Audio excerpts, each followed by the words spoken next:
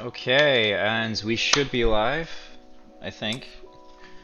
Yes, Hey everyone, maybe. I'm Hey. 99% certain we are live. I am running a new setup with one monitor, an iPad, and a phone for different things because we are having a stream view now. So if I miss things in chat, sorry. I think everyone should be. Well, I think audio should be fine. I can see Calic and Calic. Yeah, I never get that right. I can see you in chat, so let me know if audio is fine. But yeah, here we are, episode 3, Candlekeep Mysteries Campaign. Woot woot. I've been having a blast so far, and I think my players have as well. Yes? No? Oh yeah. Maybe? Yeah, Excellent. killing furniture. Yes, there were some tumble-ins with the furnitures in the extra-dimensional house. No deaths though, a few bumps and bruises, but nothing too serious, I would say. Yeah. So yeah, no one ends up fighting the broomstick, which is probably good since they are usually quite deadly for low-level adventurers, I think. But yes, anyway, so you completed, I suppose, your task of searching for an individual to break the curse of the Greenwood Village, but unfortunately you did find them, and then they disappeared while you went around the mansion, and when you next saw them, they were very much dead. And there were some initial suspicions, but you know, you smoothed things out, and you kind of passed the entrance quest to become the keeper's hands, and you got yourself a nice shiny keeper's hands badge, and you are officially in the employ. You did your contracts, so you have that kind of level of sway, I suppose.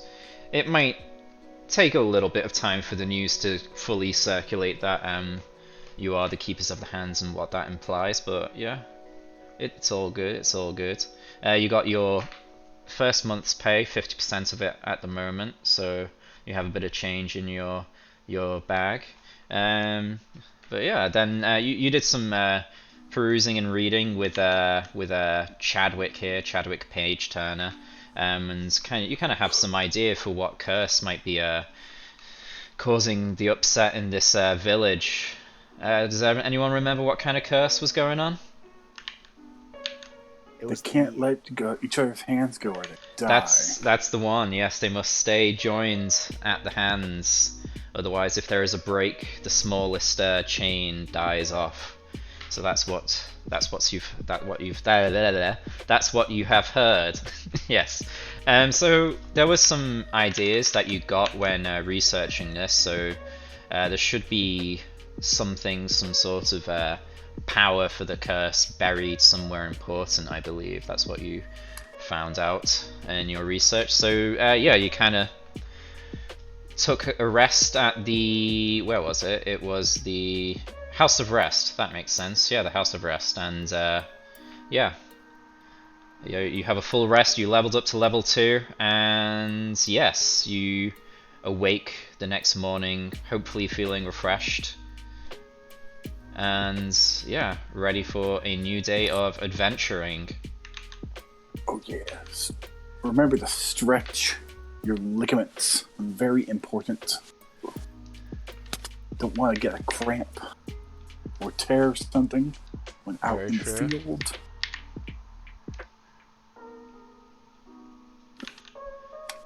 Alright. So yeah, starting off with a few stretches. What are the rest of you guys up to? Manwich.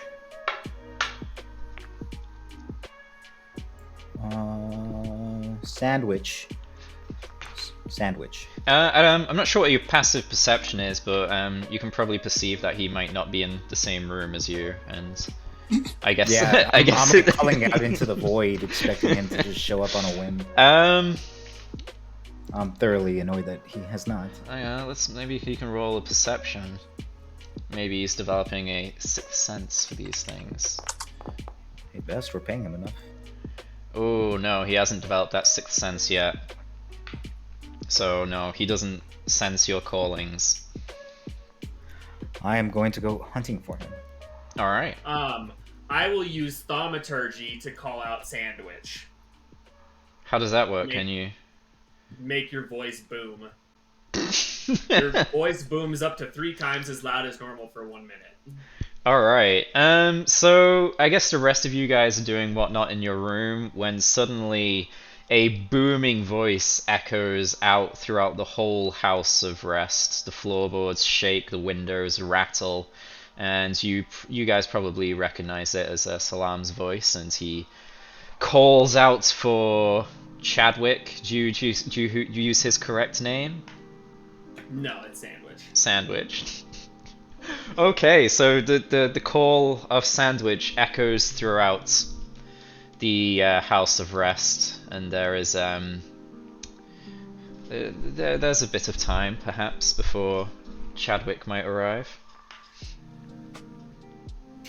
Much appreciated, Salam. Manwich, question. Are you guys in the, I thought you guys were in separate rooms. I don't. Okay. They're in the common room. I thought we were in the same room. Okay. Yeah. I guess you guys have your own rooms. But let's say you all came down to the breakfast area then, and it's all good. So yeah. Okay. So this makes sense to me now. Wonderful. Okay. So after let's say a couple of minutes, Chadwick comes kind of running in, kind of straightening his clothes up, and a very, very furrowed brow upon his face, and he kind of jogs up to the table and says, "You called?" Quick question. Where would I procure some tools? I'm not sure. Maybe at the smithy? Yes, we do indeed have a smithy, and even a stables. And there's also a seamstress, if that's what you're looking for, but yes, depending on which specific tools you need, we can go and procure some. I'm sure the cursed village can wait a little bit longer. Well, I need tools that'll help me help doors open themselves. You know what I mean? I think so, yes. So I'll pop on over to the smithy then and see if I can find any. Shall I lead the way then? You'll probably slow me down. It's fine. Have at it then. And he kind of just watches you.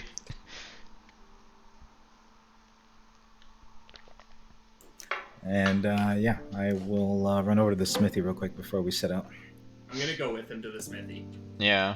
When you were kind of well. shown... Yeah, okay. So when you were shown in, you were pointed in the general direction of the smithy, so you'll probably be able to head in that direction and eventually find it, yes. Yeah, so yeah, that's excellent. Let's head on over to the smithy. So I'll pull you all over to that scene, so there might be a bit of rag. Those are frozen cams, apparently. Let's have a look.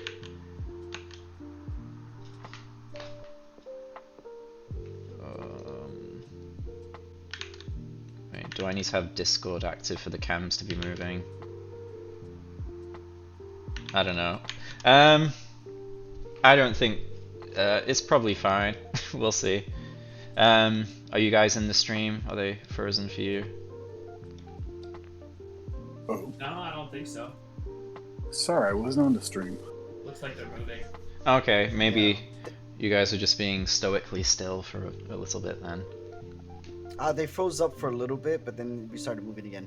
Okay, yeah, it might just be a bit of lag while we're transitioning scenes. Alright, I'll place you guys on the scene, and we'll head on over to the smithy. Okay, here we go. Let's get Chadwick in there too, he will have followed. Okay, here we go. So you kind of approached what you presume is to be the smithy. There's probably signage, and you kind of come across these two buildings here. Are we good for vision? Yeah, you guys look... Oh, Azza doesn't seem to have any vision. Let's No, fix. no, you're right. I don't. I Oops. will fix that for you in a moment. Hold on. Let's see. Provision. Update token. Doop. Doop. There we go.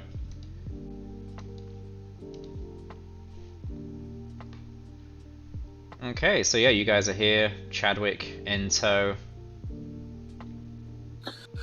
I'm just passing by on my run, looking like a pale, gaunt Kylo Ren. He's like, oh, what are y'all up to? Supplies. Hmm. Orlo's gonna walk up the steps and just yell out, "Knock, knock!" You kind of see the horses over here kind of look up and kind of like gaze at you for a moment and then just like go back to grazing. Is there any signage outside the buildings here or no? There's signage, yeah. You can see that this here is labeled as the smithy, and you can see here there's a sign for this being the stables.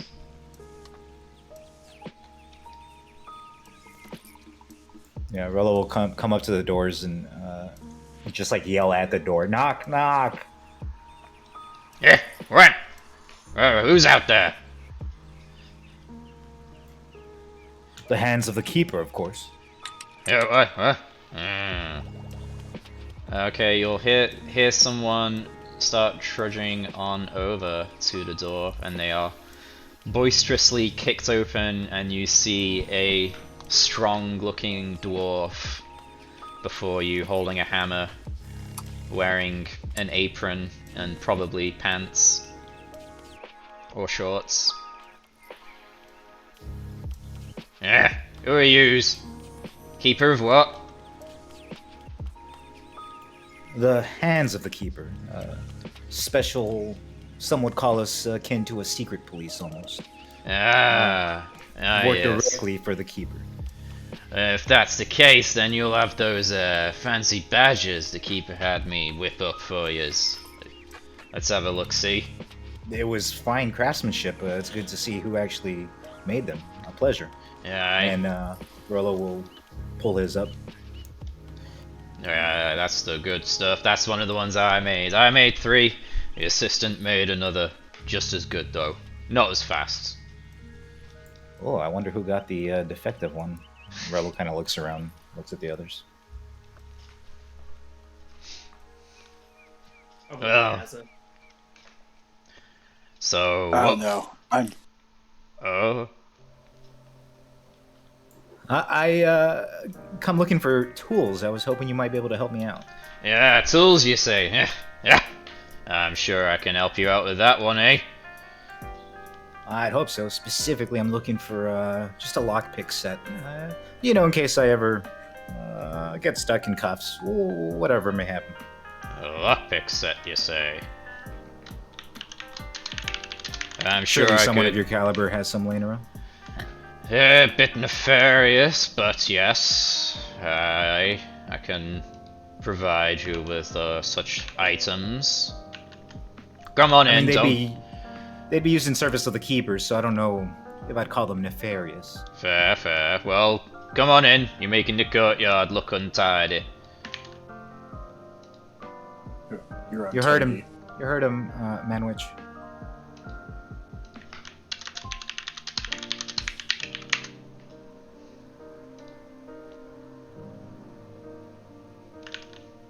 Alright, so you guys come on into a very, very well kitted out and stocked blacksmith. You could probably surmise that more or less most of what you would need would be able to be procured from here, or at least commissioned. You kind of hear someone kind of tinkering and hitting something metallic with a hammer in the room kind of over here as well.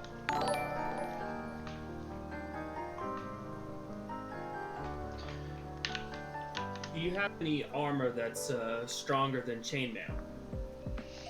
Aye. I might do. What were you looking for? Are there that's stronger than chainmail. Aye. He'll like kind of gesture over to this room here and said, "Armor's out through there. Have a look and see what you get, and we'll talk about prices then. We've got all of it: chainmail, plate if you can afford it. If you wanted something a bit fancier made of mithril, I'd have to have that made custom."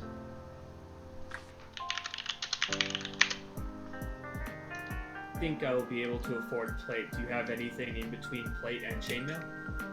Let's have a look.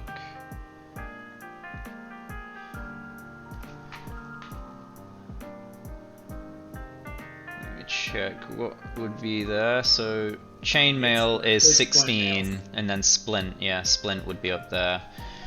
Yeah, usually that goes for got some splint up there. Yeah, that would be cost you usually 200 gold pieces. But since you are employees, I can give you a little bit of a discount. How about 180? I only have 170. How does that work? Alright. 170, and you give us a good joke. Yeah? This one agrees to that.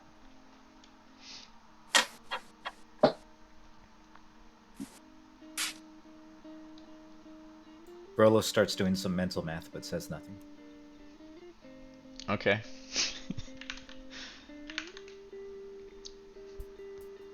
He's kind of waiting for the joke as well. Oh, he wants a joke? I didn't hear what he said. Oh, maybe I cut out. So yeah, he said 170 and a joke, and Oh, you'll fuck, do why that. do people keep asking me for jokes? You better start practicing, boy. No shit.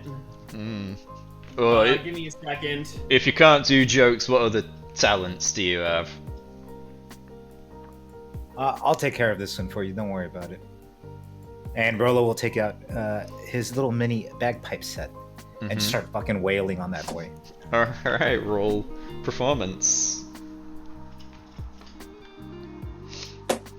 I hope you are literally wailing on Of it. course, it did not go to the table. 1 second.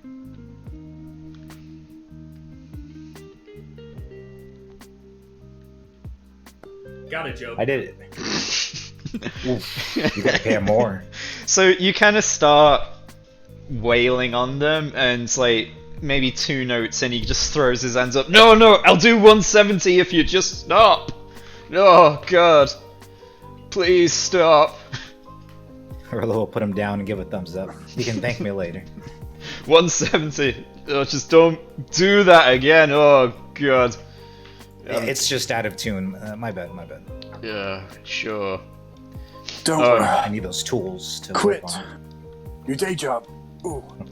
This Yeah, one has a joke for you now if you'd still like one. sure. Anything to pick me up after that. What kind of bees produce milk? Milk bees, of course. I don't know, some sort of cow bee. Boobies.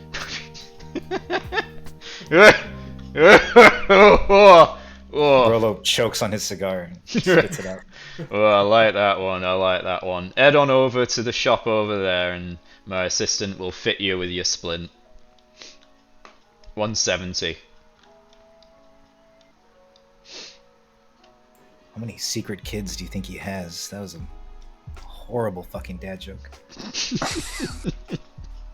Jokes like that. How does he even continue to exist? I loved I it. don't trust him. I don't trust him anymore. Nah, you wanted some lockpicks, did you? Yeah, the best that you got. Best that I got, you says. 30 gold. Best one in 100 miles. Is that far? Sounds far. I don't get out much. Rolo will reach into his gold pouch and one by one pull them out and like place them on the anvil. Very good.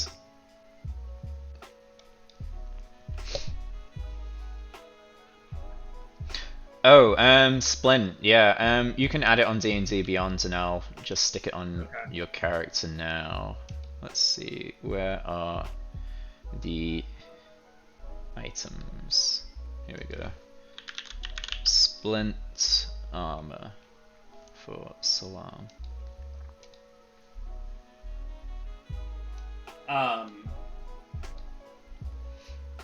Okay, I've put Splint on for you, so let's take off the chain and put on the Splint. So your AC should be 19 now, right?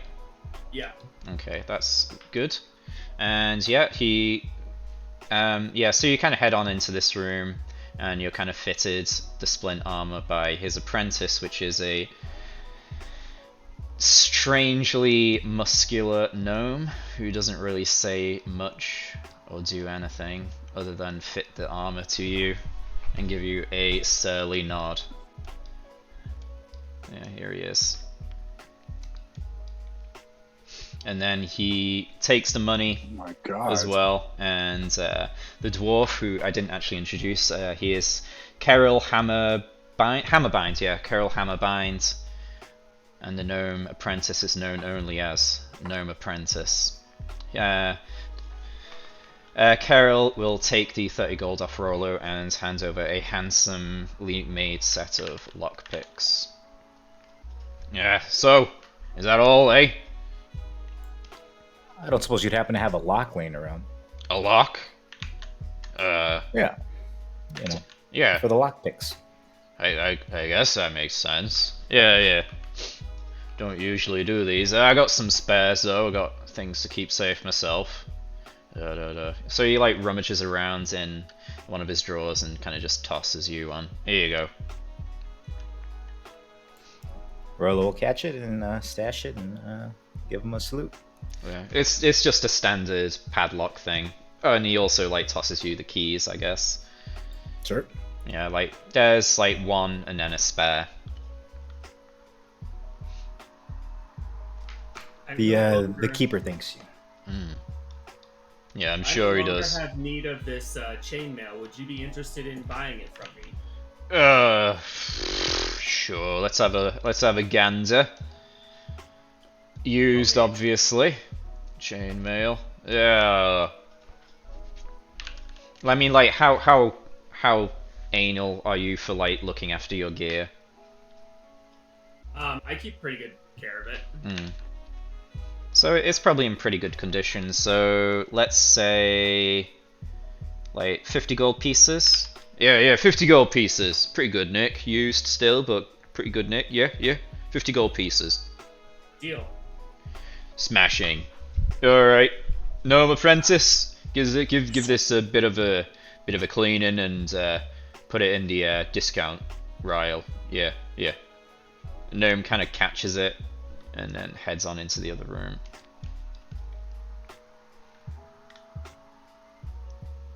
Anything else for yous? No, I think that's all I need. I appreciate it, Carol. Yeah, I appreciate your patronage. I'm sure you'll be seeing more of us as the days come. Yeah, will I? I suppose so. Got yourselves a nice contract from what I hear. Getting paid pennies, really, but it's fine. We do it for the greatness of the library, you know. Yeah, it is great, isn't it? Yeah, books. Ozza loves books, so. Yeah, I love books too. Yeah. Scout's honor. Yeah. I really just want the one book back, really. Which one? It was a copy of Volo's Guide to Monsters. It's quite handy in my line of work. If it can, I'll take a first edition. You can get loads of that. They're cheap then. Dime a dozen. I'm sure you could get one. Well, they took my second edition, so I was promised a first edition in exchange. Oh, first edition. Very nice. Very nice. Well, I'm sure it'll be delivered. So if that's all, I'll get back to work then. Yep, we'll be on our way. Thank you very much. Take care. Do stop by again. and he'll go back to his bench and start aimlessly hammering at just a flat piece of metal.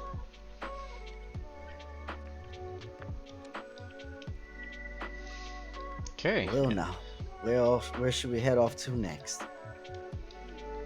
The only other place in here, I guess, is the stables. So you could check that out, or you could just head on to the road and head to Greenwood.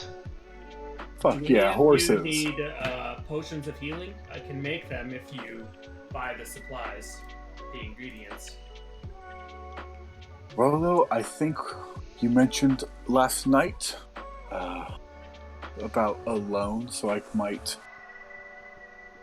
Oh, yes, I recall this conversation. It seems rude of me to drink potions I have not invested any money in, but my pay's a little furloughed. I feel you. I mean, we can work out the VIG. You want me to get you some potions? Well, let's talk about the interest rate first. Well, we can talk about it after. Right? We've got a curse to go conquer. Like, we should probably be moving.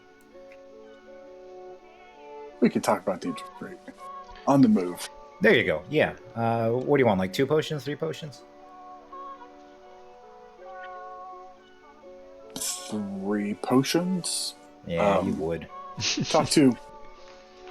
Talk to Salam about the ingredients. I don't want the whole potions if he can make them. Sure. Yeah. I guess if we can run over to the apothecary or wherever they may have the supplies and... Yeah, I don't have a map or anything for it, but they'll probably be like an apothecary. Yeah, so you guys can head over there and procure some ingredients for the potions you would need at a little bit of a discount. Let's see. I think you said 25 gold it would cost for each one last time. Yeah, that's cool. Oop, I think I just. Oh, I think I. That's lost the advisory something. of the Blessed Xanathar.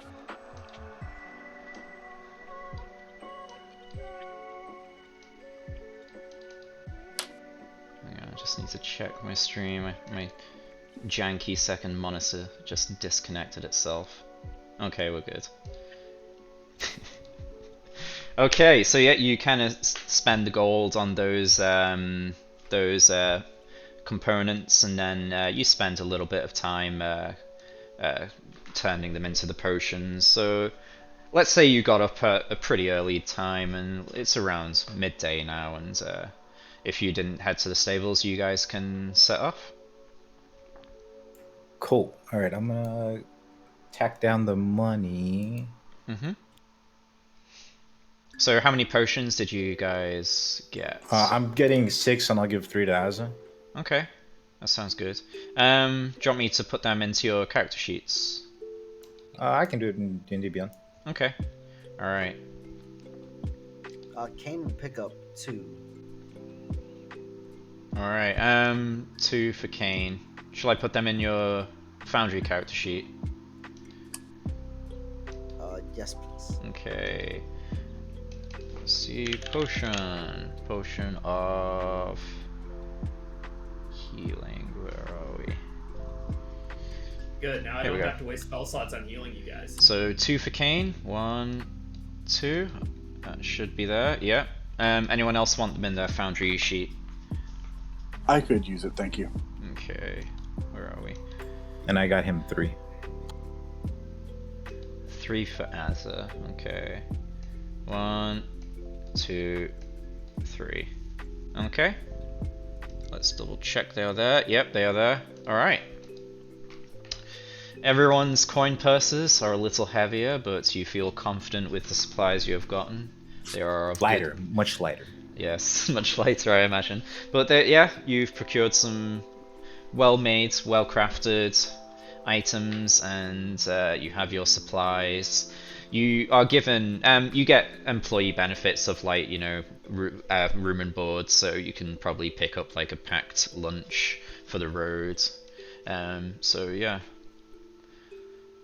As long as you pick up your packed lunch bento boxes, you don't really need to worry about rations unless the situation warrants it. if things go awry at some point, we'll see. But yeah, so are you guys good to head on out? Yeah, I sure am. We're set. Nice. Okay, so yeah, you guys head on out to the roads and start going on your way to Greenwood. You procure a map from somewhere. There's probably more than one knocking around in such a establishment of knowledge. So yeah, unless all of you are a bit not great at reading maps, I'm sure you'll be able to find your way to the to where you need to head. So yeah, you kind of head on off on the road towards Greenwood Village. The weather's quite nice, so yeah, clear skies, a nice breeze, pleasant weather. So yeah, it's a very nice stroll.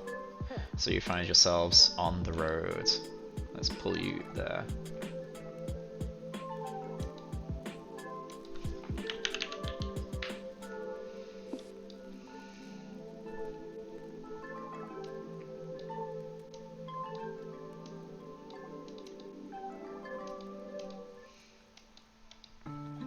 Okay, I'll plunk your tokens down, and then you'll be able to see.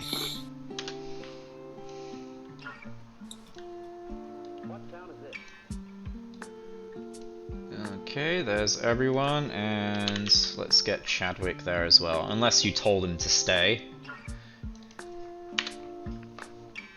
Can't have that. Okay, so he came with you then. We're gonna get this dude killed. Almost guaranteed. Okay, so yeah, you kind of find your way on the road. This dude's gonna stab us in the back, I know it. We shall see.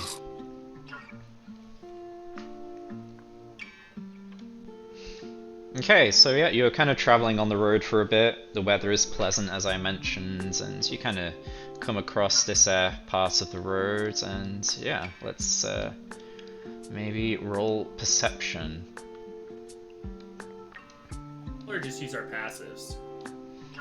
Yeah, I mean, what's your passives? 16.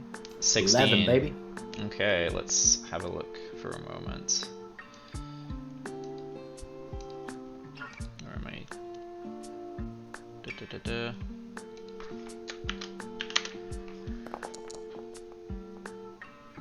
Okay, so yeah, a 16 will definitely notice this. So off to the sides and amongst the brush, perhaps you don't see them, but you definitely hear some sort of animal asleep within the brush. But yeah, based on the breathing, it is definitely a light sleep. If you were perhaps noisy, or if not all of the creatures in question are asleep, you may get noticed. There's something sleeping over there. Yeah, it's coming from, let's say, over here, this area. So kind of just in those trees there. You see a cat? Is that what you're saying? Yeah, just about here. Some sort of animal, I'm not sure what.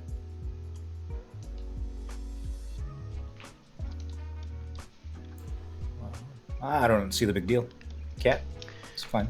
You could possibly do some sort of nature or perception check to see if you could get a gauge on them, if any of you are particularly good at hearing animals and understanding what they are based on their breathing. It would have to be a pretty good roll, but if you guys are pretty good in nature, that might work. Well, if it's a monster, maybe. Not animals, though. Yeah, give it a nature check if you're proficient in it. Could I do a survival check to see if there's any like tracks or anything like that around? Ooh, yeah, you could do a survival check, and we'll look at that nature check, and then you can knock in a survival check as well.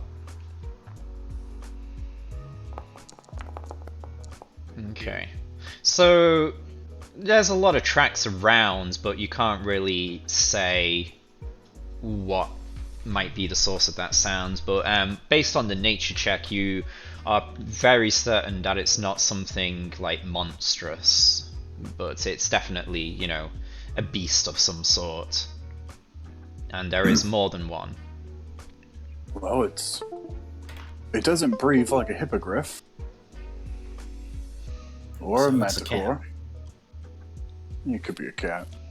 I guess it's gotta be a big cat if we can hear from here. And there's 2 of them, at the least. If you're looking to start trouble, we might fight, but... do you like being woken up this early? I say we just let him sleep. The town is that away, so let's just go that way. I don't think the cat's gonna bother us, right? It's kind of close, but who knows? We'll be a little quiet and let it take its nap. Will that make you happy? Mm-hmm. Yeah. I So- didn't have strong feelings either way. If you want to sneak past, you'll need to do your stealth checks. Disadvantaged if you're wearing the armor that would create such a situation. I think mine is. Do a stealth check.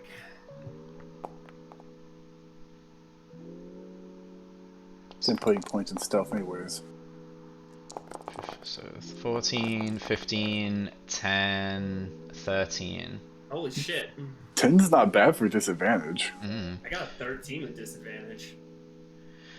Oh, yeah, okay, so let's say you guys, can you get over to here, please? Let's move. Sure. Oh, Chadwick should probably roll as well. Nah, he's fine. Quiet like a house mouse. He's like a wallflower. He's too busy reading. Oh wow, yeah, he does blend in. Alright, so let's say you guys kind of get on over there. Everything seems to be fine, but at one particular moment, perhaps Azza kind of cramps up a bit and has a little bit of a twitch and kick, and the armor rattles loudly, and you hear the sleeping creatures cease their pleasant, dreamy snoring and breathing and snap awake, and you hear a sinister growling coming from within the brush, and out from it approach some wolves. Here we go. So let's have them appear, and then we shall roll for initiative once I've activated the fighting thing. Here we go. It's okay, everyone. They're more scared of us than we are of them. God, you said they were fucking cats. Wolves are the cats of the wild. Oh, right. Shit. But... 1! Yes! Nice. Don't even care to fight. I just like lazily pull out my sword. I think there's been like 2 fights that you haven't even participated in because of your initiative. Okay, we're starting off this encounter with Kane, who I presume quickly puts on his sinister-looking mask. Is it sinister? Right, so, oh yeah, he puts on his like plague doctor looking mask to protect his face, and he's going to take a couple steps back. He's going to aim at the closest one. He's gonna let a firebolt go at it. Okay.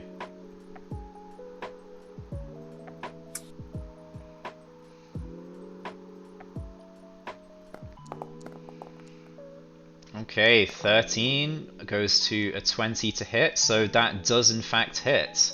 And you do, let's see, was that 3 fire damage?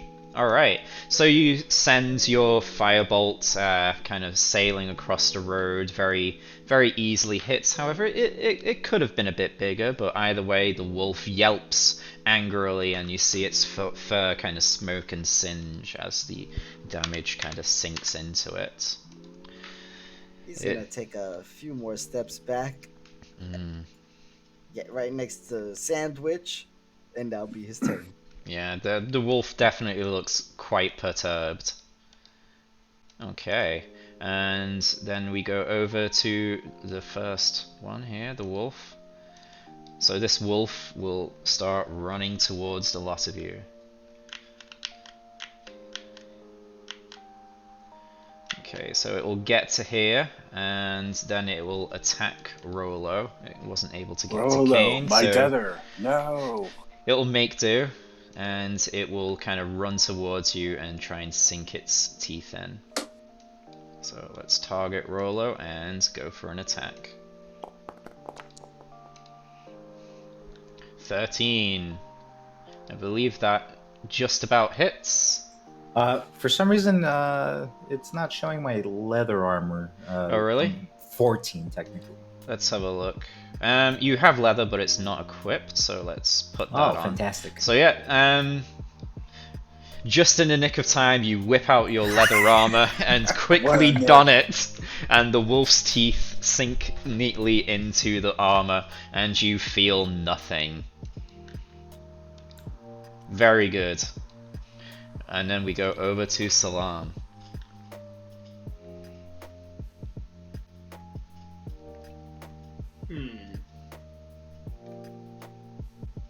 I'm gonna move to there, and then I'm gonna take out my book flail and try to flail this thing in its rump.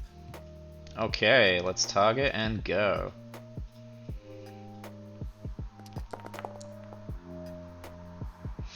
$21. Yeah, that is definitely gonna hit. Do I do damage on it? I think you've just got a roll to hit there.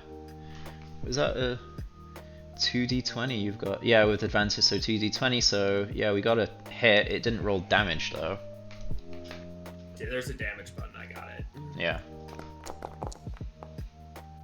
Okay, 9 bludgeoning damage. So yeah, you kind of maneuver swiftly around and start swinging the book on a chain around in a flail-like fashion, and you lash out, attacking the wolf, and you kill it. Any particular way you go about doing this? No, just kill it. You just kill it. Yep. You kind of crack it in the back of the head. It it lets out a yelp, and it collapses to the floor, gives a final kick, and then goes motionless. And then I've got 20 feet of movement left, so I will move that way. Kind of like yelling and growling at these wolves to try to get their attention. Okay. Chadwick, what will you do? Let's see, Chadwick will kind of maneuver around so we can get a clear look at them. And then what will he do? I haven't actually looked at his shit. Upcasted fireball. Upcasted fireball. Okay, let's see. Okay, that's a touch. No, what was, he's moved 5, so 5, 10, 15, 20, 25, 30. So he'll come up behind you, Salam, and he is going to cast... Is this going to be useful? I don't think so. No, that's probably not useful. I should have looked at these earlier. He's just going to kind of pat you on the back and cast Protection from Evil and Good. So yeah, you kind of feel his like firm hands on your shoulder, and you kind of feel kind of like a slight film of magical protection kind of wash over you. He's like, I don't know, not much experience in fights, but these look evil. Maybe this will help. Okay. I don't think beasts like this are good or evil. They just are what they are. You think? Yeah, they look pretty evil to me, but yeah. I haven't really been out much. Anyway, over to the wolf. So let's have a look. So this wolf will come bounding towards you, Salam, and attack you with its bite.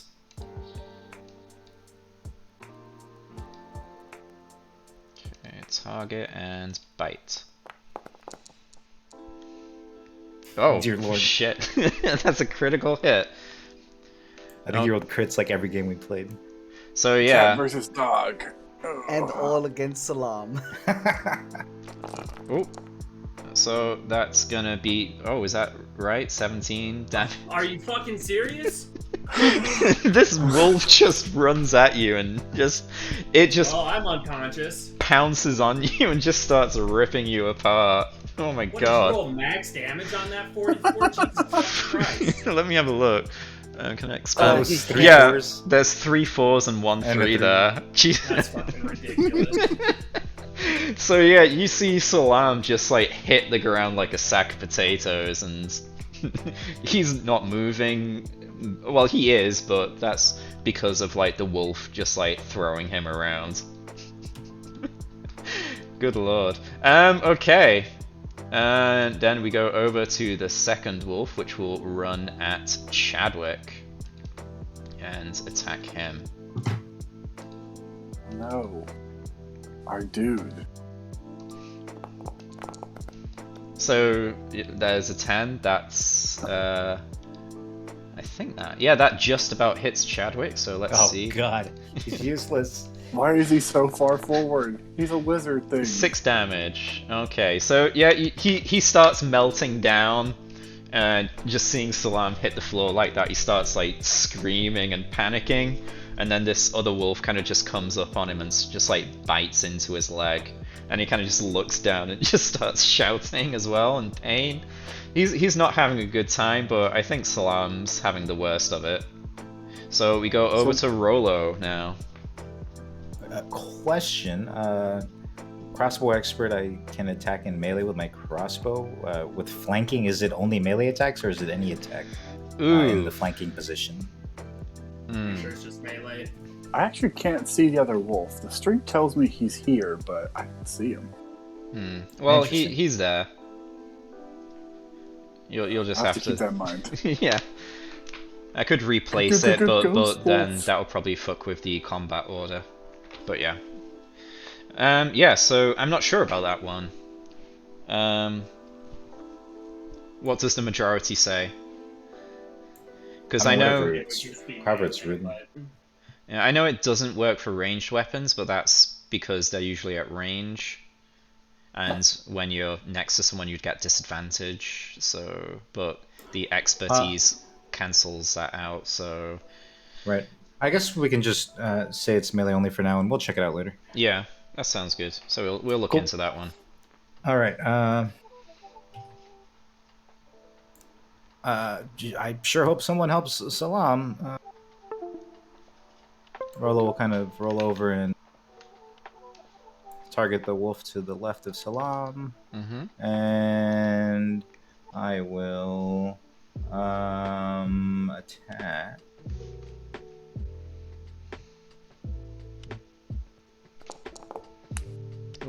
So that's a 22. That was what the one to the left of Salam. Yeah, that works. So Yeah. 22 hits, definitely.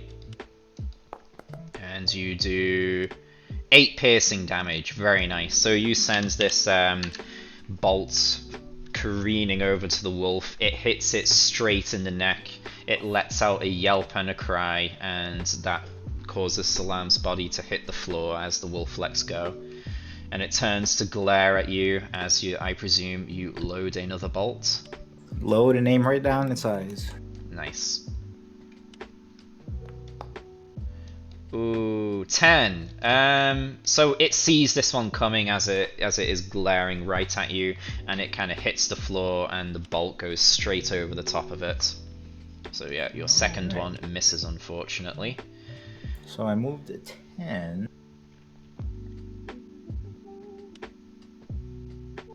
I'll just come backwards a little bit as I reload, and I am good.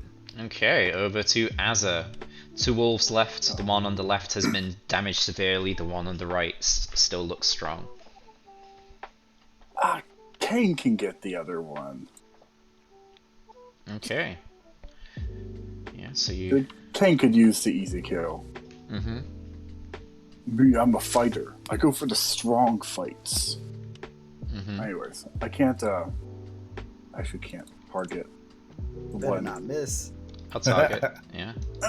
Yeah, that happens. Yeah, unfortunately, I'll make the rolls, but I can't target the thing I can't see. I've got it targeted. So yeah, it should go through for me. If you roll With your my attack. steel sword.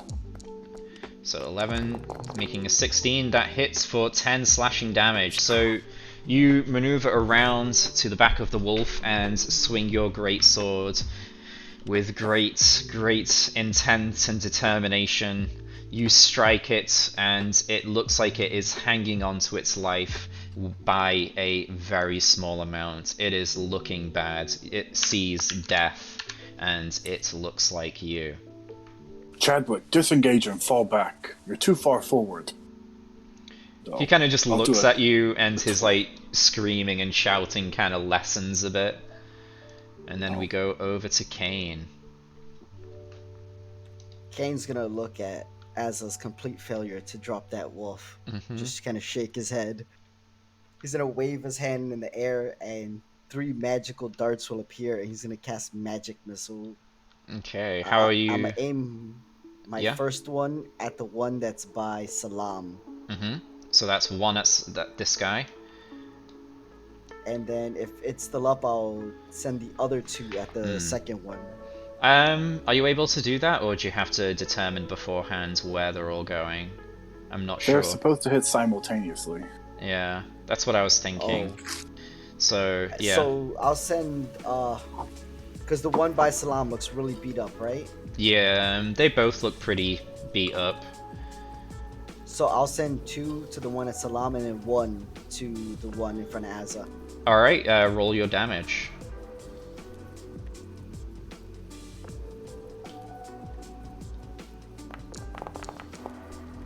So 3 darts. Is that 4 damage each, isn't it? Yeah. I You're think supposed to roll them separate. Okay. I gotta roll them separate. So yeah, roll another 2. And you might be using up all your spell slots with that, so you might need to refund them. Yeah. So let's see. So we got 4 from the first, 3 from the second. Yep. So you send your 3 darts out, and they go sailing over. All of them simultaneously hit their targets, and with a kind of puff and pop and explosion of magic, each of them are knocked backwards and down to the floor dead. And the wolves that have been engaged with you now lie motionless, dead on the floor.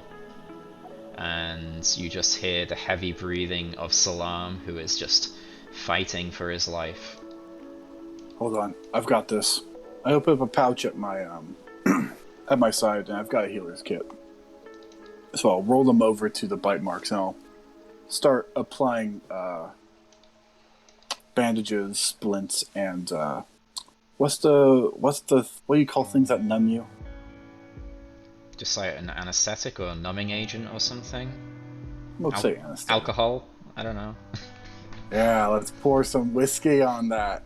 Yeah, so I guess you're doing a medicine check or something to stabilize him? The healer's kits allow you to ignore the medicine check if Oh, you okay. spend a charge. Okay, spend so a charge. yeah, you spend it as a charge, and Salam is stabilized and on 1 HP.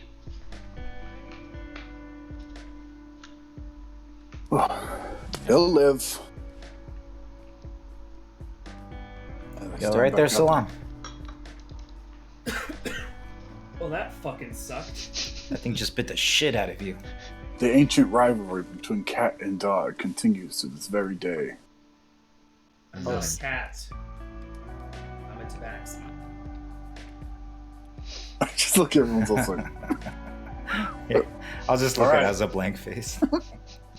Chadwick kind of like bends down and says, my heal. I do not know how to heal, but perhaps I can clean your wound to prevent infection. And he kind of prestidigitates it. Prestidigitation it. Yeah, you know the one. And it kind of just like one. cleans the wound a little bit. It doesn't really do anything, but you know, he's trying. Salam, I believe you have a fang in your shoulder. You might want to remove that. keep it as a memento. Rip the fang out and throw it up, like, over in the grass. Alright.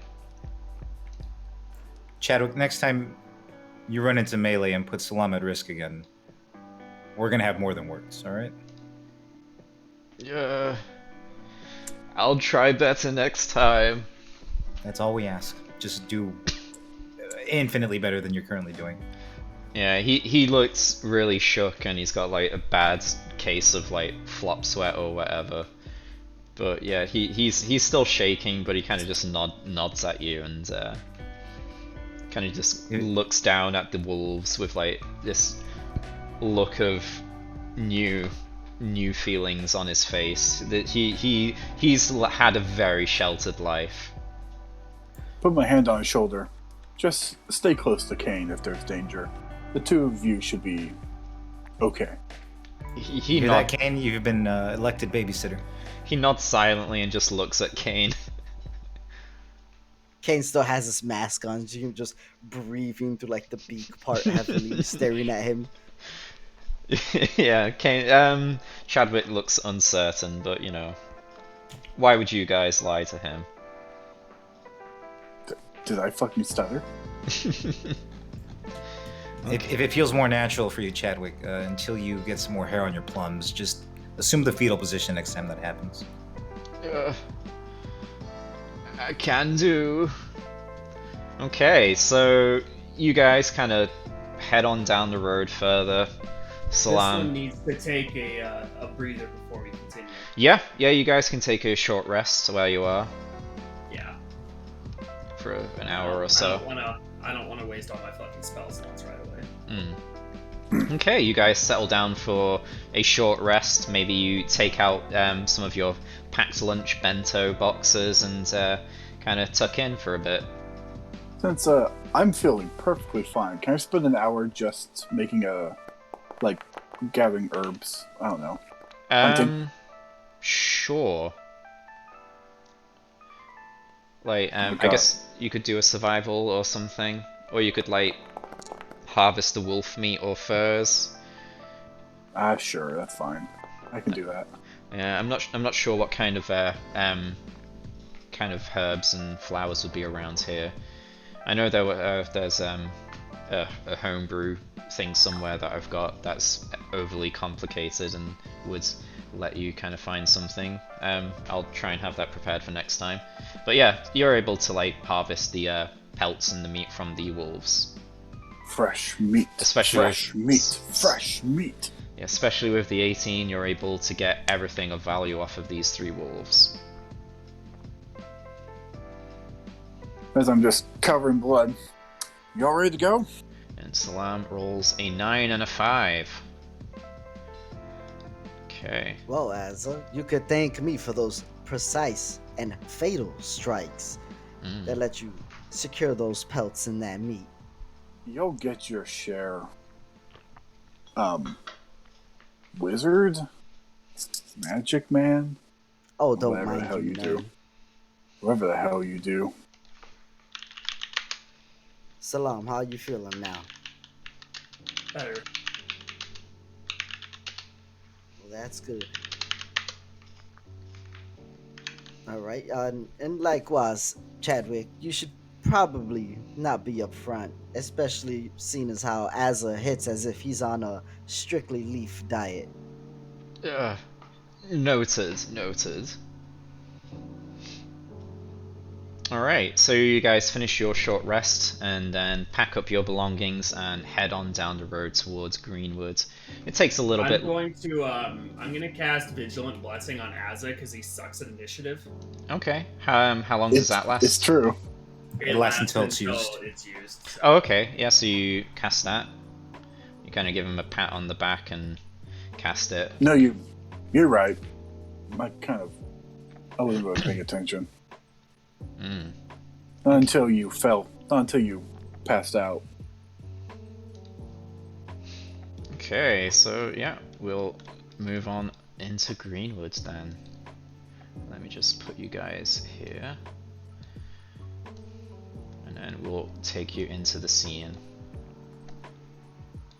Yeah, so it takes another few hours, but yeah, soon you see yourselves approaching what you presume to be the village of Greenwood. And we will move on into there. We should probably be more careful with the local cats also. Well, if somebody had been able to be more quiet, we wouldn't have had to fight them. And he Why looks are you- pointedly at Azza. Why do you suck at fighting wolves? They're literally garbage trash animals. 2 swift hits of a blade is all it takes to take one down. Didn't see you take one down. Oh, you only got 1 swift hit in, so yes, you wouldn't. Well, would you look at that lovely little bridge?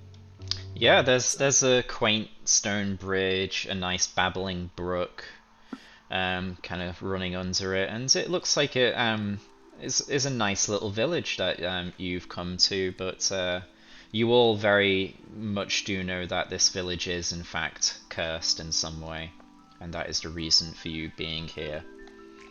We did some curse research the last time we played, and I'm having a hard time remembering every detail we discovered. That, like, there's a totem somewhere. It might be buried. There's a totem, and that right? there should more than likely be someone like linked to the totem, I believe, in the vicinity. And we can either bury the totem someplace else or kill the person. Or I destroy the totem, I believe. Yeah, I can remind you. So basically, yeah, there is a totem, some sort of source of this curse buried somewhere of importance within the village. You could dig it up and place it elsewhere, but the curse will move to the new location. Or you could destroy the person who created it. That's probably the main ways for dealing with it. Make the wolves hold paws. They deserve it, right? Okay, that's weird. What's weird? Well, I'm just trying to move the map around what little I can see, and I've got someone's portrait, or the corner of their portrait. It's gigantic. It's just a weird Oh, bug. it's Kane. No, it's me too. I see it. Okay. It looks like I'm moving the map Yeah, same. instead of camera. Kane's token is gigantic. It is? God, what a beast. Looks normal to me. Oh, Yeah. that's fine. I'll reload. It's I just guess. weird. Yeah, it's just a weird bug. Yeah. Yeah, I got the same thing. I don't know. I don't know what that's about. Yeah, just reload and you should be fine. Like, whoa. Yeah, Foundry can be a bit janky sometimes, but it's good.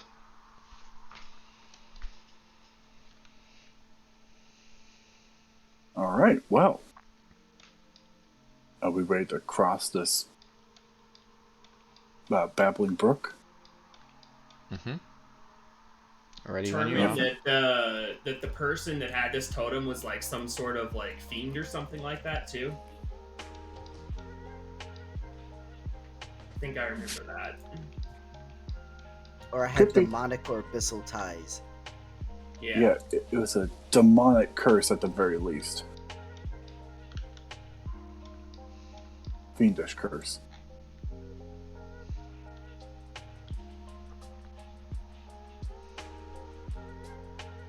Well, let's get digging. Yeah, you No, kind of don't dilly dally. you enter the village, and as you previously heard, it is very much a farming village that provides a lot of its main source of income is supplying Candlekeep with food supplies, just farm related stuff. Yeah, so yeah, you kind of see all the groups of houses for lodging, for farming, for storing food and whatnot. Yeah, as you kind of enter in, maybe you can roll perception.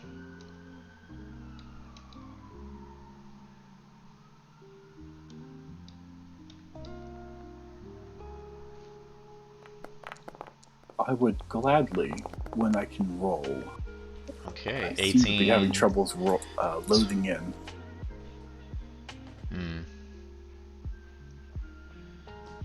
Are you on a loading screen?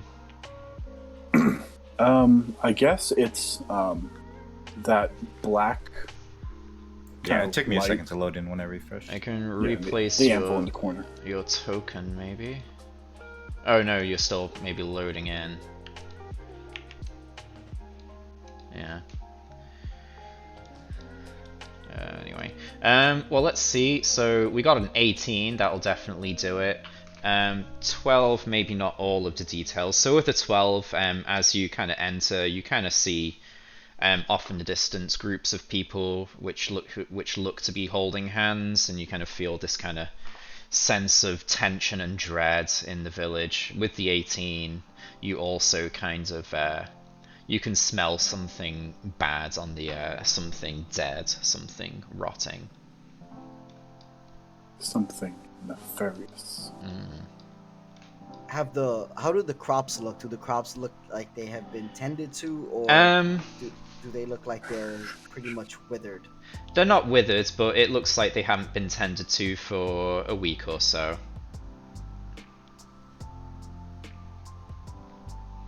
I'm not sure if it takes only a week for them to wither. I'm no farmer, but yeah. Basically, they haven't been tended to for a week. Ish.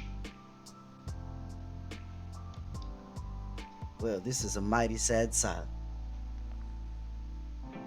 Rolo will yell out, "Fear not! We're here to save you!" Your voice carries, and you kind of see people start trying to crane their necks from over here, and you see a murmur start to like go throughout the village, and it kind of starts picking up as you kind of come closer. I think we're still waiting on Azza. I'll keep his token with you though. Yeah, I can't move my token. At all? It tells me the key, the long string of letters, does not exist in the embedded collection. Oh, That sounds awkward. ominous. But you can see the map. Yeah. Oh, there you go. You just moved it now. Yeah, I replaced it for you, so yeah, you can move now, right? Damn, there's a lot more people in this village than I expected. Yeah, there's a whole mess of people, and you can just see all of them kind of holding hands, looking incredibly tired and just fed up, but clinging on out of desperation and the willpower to stay alive. You see the mass of people kind of stretch out across the central area and up towards the north.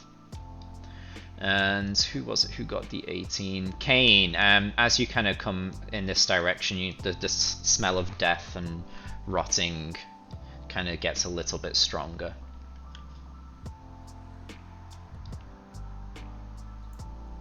In this line of people, are there any bodies or any corpses laying down? No, you can't see any corpses at the moment. But you can definitely smell them, or what you presume to be them. Hear ye. Candlekeep has sent us to end your curse. Oh. They come from Candlekeep, they say. Oh. At last, saviors.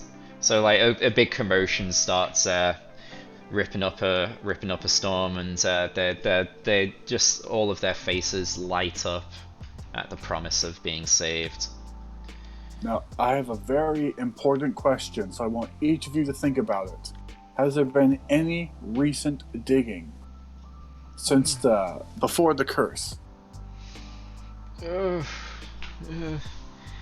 kind of like look at each other and murmur, and none of them are able to pin on anything other than just the digging of and tilling of earth with the crops. Well, we could tear up their crops. Are there any new people in town? Yeah, new people, you say? Not to our knowledge. We have comers and goers, but not for a while. Has there been any falling out that have been notable? No arguments of note. There was a couple who went away for traveling and yet to return, but other than that, no mishaps. Usual travelers. Nothing too sinister to cause such a horrible event. We have done nothing wrong. We'll be the judge of that. Yeah. Who's in charge here? Is there some sort of village leader? No leader here. Everyone has a say in what goes on in the village. We have regular meetings and discussions on what is best for the majority. Barf democracy.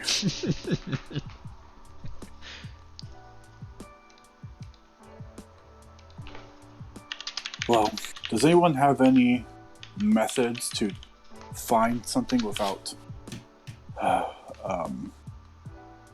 digging up their entire field?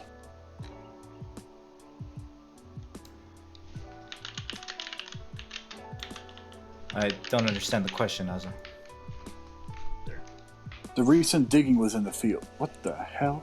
The recent diggings were in the field, yes? So, if we wanted to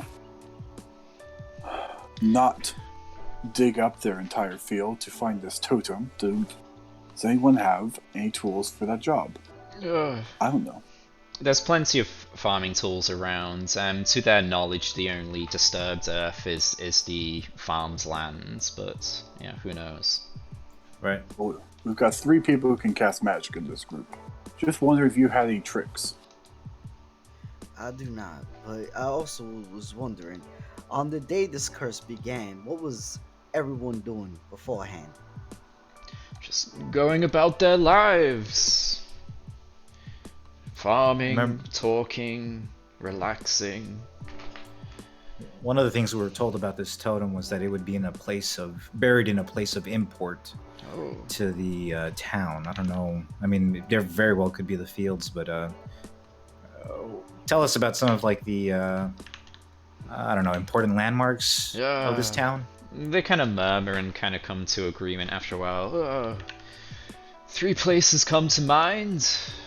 There's the tavern, the inn, where all of our merriment and drinking happens and where people can find a place to rest if they do not live here. Then there's the well, the source of water for our village, and lastly the storehouse where we keep all of our valuable crops to sell to those who need it. A well seems like an interesting place to hide a totem. A totem? Technical stuff from the college. We are learned people from the college. We'll try and keep things simple for you. They all nod in like a very awestruck, approving and delighted way that they've got someone such an expert on hand to help them in their time of need. One of them looks like they're about to go to a clap their hands together, but the people next to him kind of just grab hold of him and stop him from kind of breaking the chain. Has anyone else come through here that was not affected by the curse? Not for a while. There were a group of travelers that came some time ago, but I presume they left. They were not here when everything went bad. How long ago was this? A little bit before everything started, a few days or so. Should we Was it 3? split up and check out these 5? 3 areas, guys? Kind of save some time and get these people free. I think perhaps we should stay together, just in case we have another sneaky friend waiting for us. I agree. I think we should stay together. As well as Chadwick, throughout your research, did you see any examples of how the totems may look? Just don't start holding hands. Yeah, it could be anything. It could be made of any material, depending on which cult or demon conjured such a thing. With your toes, can someone point us in the direction of the storehouse? Yeah, the storehouse. They gesture to this building over here. I think. No, that's going to be the tavern. The storehouse is this one. It's as good a place as any to start. Rollo will grab a shovel from so we got the storehouse wherever. here. We got the tavern here, and then quite obviously we have the well here. Cool. To the storehouse then? Hang on just a little bit longer. We're about to save the day. Oh, we've been hanging on for a long time. Yeah, We can you don't have last much a of a bit choice. longer. Jeez, He kind of or nods and phrasing. kind of smirks, and he He's tired, but he has enough energy to appreciate your humor. Yeah, I guess if everyone's cool with it, we'll go check out the storehouse. Okay, yeah. So, there's I guess there's a padlock on it. It's an important place. Contains a lot of goods that the village depends on for income. So it is locked up. Rollo will yell back, "The key! Where's the damn key?" Oh, the key. Well- Yes. Who has the key? I Rolo, think you bought lockpicks. This should be fine for you. there's Yeah, I murmurings. just want to save time. There's murmurings, and then someone kind of cries out, it will be in the tavern, I believe, where we Oh, keep Jesus all of our Christ. documents." I Alright, don't yeah. think this is gonna save time. Rollo will pull out his lockpick set. Kane will look in the front yard to see if there's any disturbed earth or if there's any sign of digging in front. Yeah, roll investigation. That sounds about right.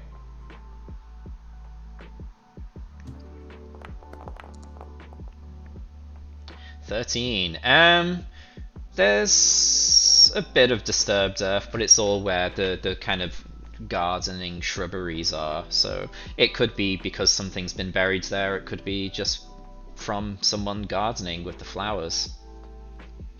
Kane would use Mage Hand and kind of like sweep away dirt just to see if anything's underneath. Okay. Can you roll me a sleight of hand real quick?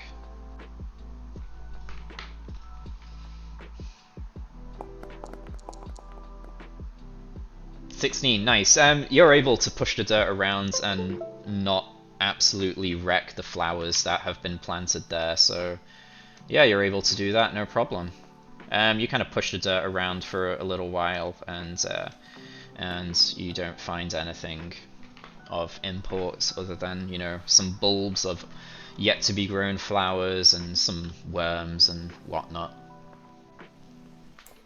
Rollo will start jamming his thieves' tools into the lock on the door. Okay. I think that is that just a dexterity roll, or is it? Yeah, plus proficiency. Yeah, if you're proficient in it, yeah. Yep.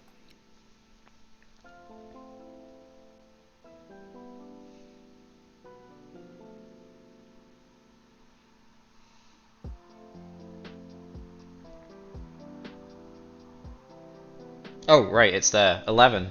I'm sorry, I thought you were reading. My bad. No, I was just spaced out completely. 11.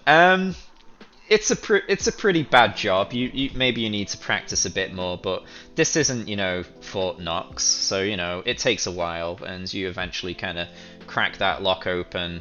It's a bit scuffed from your jammings and pickings around, so you know it's been obvious that it's been picked open. But yeah, you get that shit open. Rollo kind of rubs sweat off his forehead. Man, they really got a good lock for this place, and he'll push the door open. Yeah.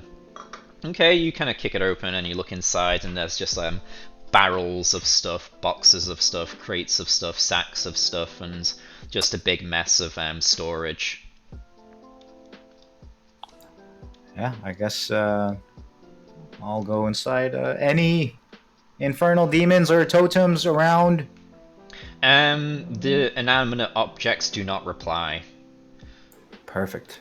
All right, looks clear, guys. Let's check it out. Yeah, you guys kind of head on in and start looking around. Who was it who got the 18 again? Because you probably will definitely have noticed. I think Kane. Kane, Yeah, yeah. that was me. You can kind of look up here, and as you kind of follow the smell, and you kind of see over here, there's like just a mess of corpses. I think What? you can. Can you not see? God. Yeah, there I you can go. see like a field.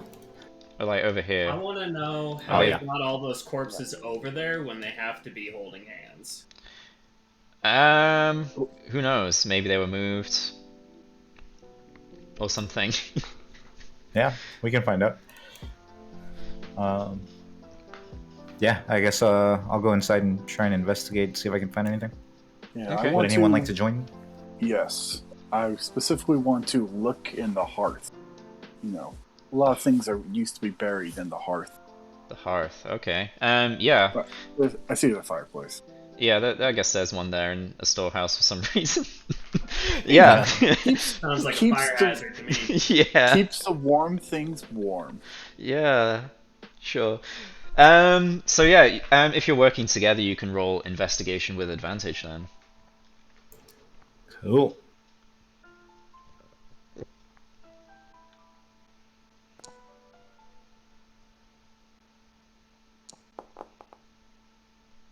Okay.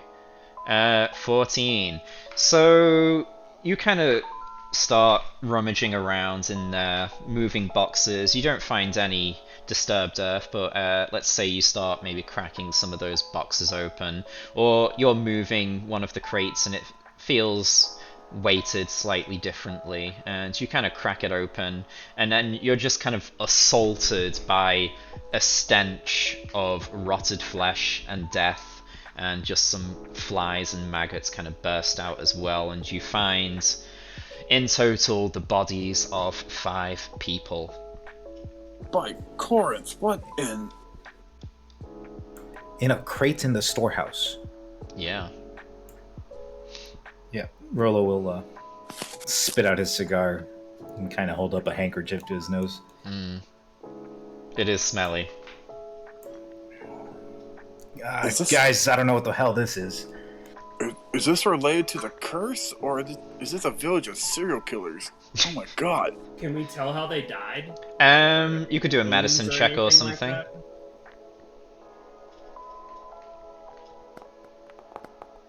Ooh, it's 11. Okay. You're not certain, but kind of looking them over, they look like they've been squashed in there pretty badly, so that probably did some damage. But you can probably see various kind of knife wounds, but there is also some missing chunks of flesh, missing limbs, appendages, fingers. There's some missing pieces, basically, like if they've been carved off or chopped off for whatever reason. It doesn't look like they died from the curse. Look, Unless they're eating. unless the curse is a knife or some sort of bladed weapon. You're not sure how No. someone actually dies when the curse, whether their heart just stops, whether they explode, or whether they are just attacked by some spectral being. You have no idea right now, but these people look to be as if they were stabbed to death and had some of their limbs or body parts harvested for whatever reason.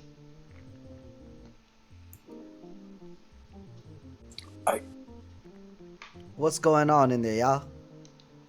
Rolo will come out coughing, and corpses. Definitely not anything, at least from what it looks like, done by the curse. Would you say? God, they're like packaged and butchered. Oh. Sorry. Something very strong had to stuff them in that, right? Yeah, I suppose. I mean, I guess a few people working together could have done it. There's 5 bodies in total. They're all cut up. I think Do you have there's- any sense, Salam, how long they've been there? How long they've been there? With that medicine check, not for certain, but they've been there quite a while. I wonder if that's before or after the curse started, but Yeah, maybe over a week. gotcha. I guess it'd be before. Yeah. Maybe whatever was setting the totem got caught by these people or something, and so they butchered him. No idea. I think that Well, whoever this is- made the totem out of these people's parts. Sandwich, what do you think? Is that consider a totem? As I said, oh god, as I said, the totem could be made of any material. It depends on which cult is creating the creating the totem. It could be bones, flesh, wood, anything. Whatever magic is strongly linked to them. Oh. I don't know if we've got a way to tell if that crate is magical or the contents are magical, or the source of the curse, or if it's just a box full of body parts. Didn't look like a totem. It's just like can- stuffed meat. Yeah, Chadwick goes to detect say magic. something, and then he just throws up. Ugh. Rolo struggles to not vomit himself and kind of walks away from him. They're there. Yeah, there's like it's chunky, and you can see some kind of not fully chewed pieces of those nice book cookies. Yeah. I'm gonna ritually cast detect magic. Okay, detect magic. That's a range of how far? 30 feet. 30 feet. Let's have a gander then. So let's say you're inside still. Okay, so yeah, you can basically detect like the everything within this building, and you do not. Yeah, I mean it moves with me. Yeah. So as you're standing in the building, you do not feel anything except for the +1 flail. I think that's the only magic item you guys have. No magic in here. Chadwick, would the totem give off magical vibes? Yeah, It is emanating a curse. I believe so. Makes sense. My gut instinct is telling me to go to the well.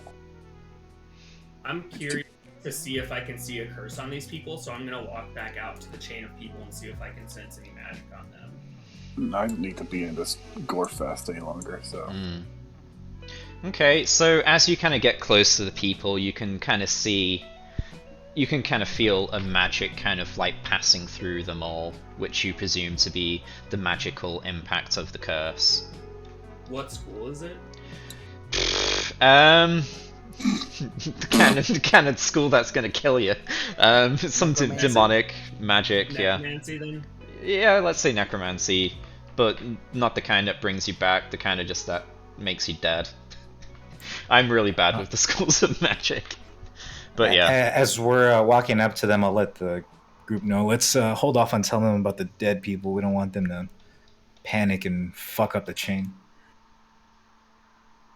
Yeah, I'm gonna walk up to one of them and ask, so when one of you do unfortunately let's go, how does one expire?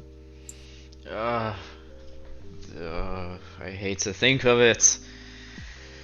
Their It's pain, important their that we body, know. they contort with such pain. Blood starts seeping from their orifices, and the screaming.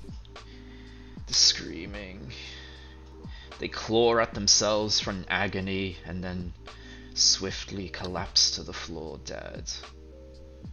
It looks horrific. Oh, I'm sorry. Like, we're gonna do our best to end this for you as soon as possible. They nod. A few of them kind of start breaking down into tears, and they're so happy that you're here and helping them. They've been alone for a very long time. Okay, Salam. Let's see. Where are we? Is there any magic at the well? Let's see. How deep are wells usually? Let's say as you kind of detect the magic in people, and then as you get to the well, you sense something sinister from the very bottom. My gut instinct. Yes, we've heard about your guts, Asa. They're very sinister. Are you picking anything up, Salam? Sense something sinister at the bottom of the well. Is there like a crank to pull like a bucket up or no? Yeah, there will be. Asa, does your gut want to do the honor? You're the lightest. Yeah, but crank the bucket up, see if we get anything. How deep is the well? I was gonna send you down. Let's. But okay. It's a 30-foot detection range, so let's say it's 20 feet down. I don't know. I'm no well expert. Let's say it's 20 feet down.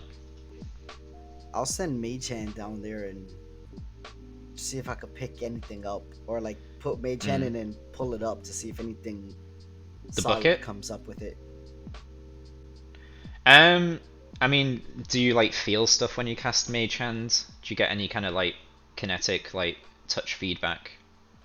No, that's why I was just like gonna Yeah. sink it under the water and then pick it up and just keep doing that to see if I Okay. can catch anything. So, alright, you kind of send your mage hand down and you kind of like do some like gold sifting kind of stuff to see if you can catch hold of anything. The only thing that you kind of bring up and disturb is the bucket that's kind of like submerged in there. I'll pull up the bucket so that it doesn't drop back down. Yeah, you wind it up and it comes up with a nice, tasty, full pail of water. Oh, I ain't drinking it. Yeah. Okay. Can I, like, nature check or survival check the water just to see if I get any feel from it? Sure.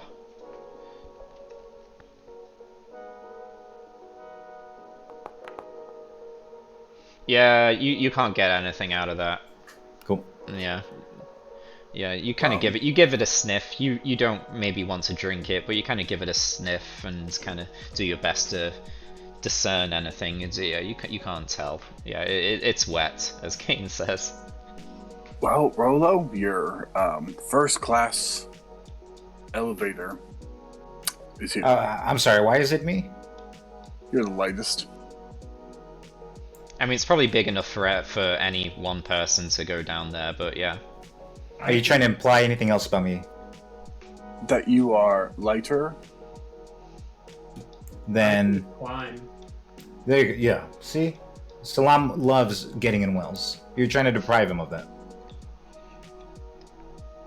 I didn't think Tabaxis liked water. Salam clearly loves water. Salam, it would be your pleasure to jump in. There we go, making racial stereotypes again. Okay. Tisk tisk. All right. Kane will check the rope. Kane will just pull on the rope to see how strong it is to hold up Salam and his armor. I don't need the rope. I have a climb speed. Yeah. Oh, Well, man. anyway, let's say do they usually use chains? Let's say there's a chain instead, or whatever, you know. Yeah. But yeah, he has a climb speed, so he'll be fine. Does that also mean, unless it's something crazy, you don't need to do any climbing checks, I guess? Yeah, unless it's like super slick, I guess. Yeah. Yeah, unless it's like ice or something like that. Yeah, you'll be able to go down there lickety split then. So let's say it's like 20 feet down, and then there's like, I don't know, enough water that you would be swimming in it, maybe. The well is a mimic. That would be great. Yeah, so there's a decent amount of water at the bottom, with it being a well and all. But yeah, you kind of climb on down there then. So let's place Where you. do I get the sinister sense from? Is it like at the water level? Is it below the water? So you definitely detect it coming from down in the water, whether it's at the bottom of the water or maybe buried in the grounds of the water. You're not sure. How? So it's like 10 feet down in the water then? Yeah. So let's say it's enough water that you'll need to kind of duck on into the water. So let's say about 10 feet, unless you're crazy tall.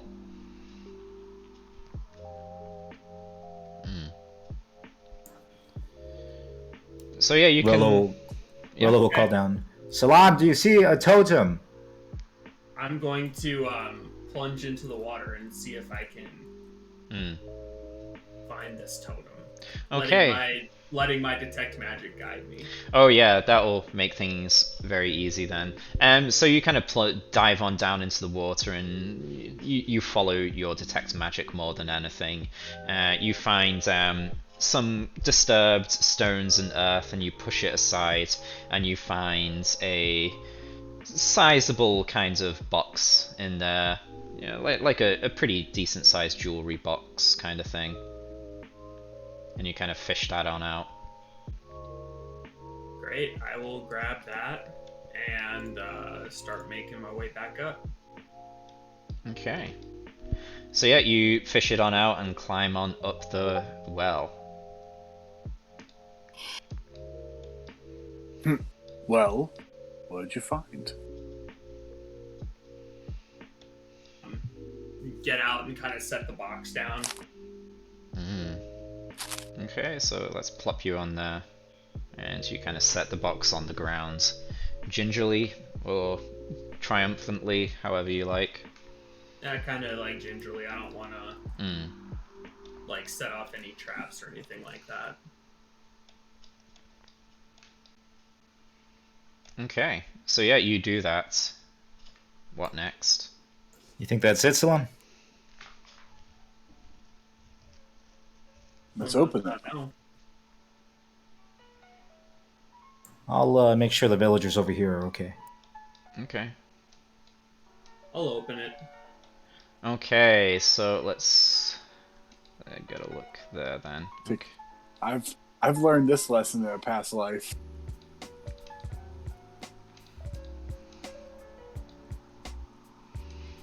Okay, so you open the box on up, and looking on inside, you see two decaying hands. One of them seems to be male, the other a bit more dainty. On them you see wedding bands, and they are very much clasped together, holding each other's hands tightly. You feel the wave of magic that you've been detecting kind of spill out of the box and seep into your very core, and it sickens you. This kind of dark, horrible magic that you've been kind of feeling all along.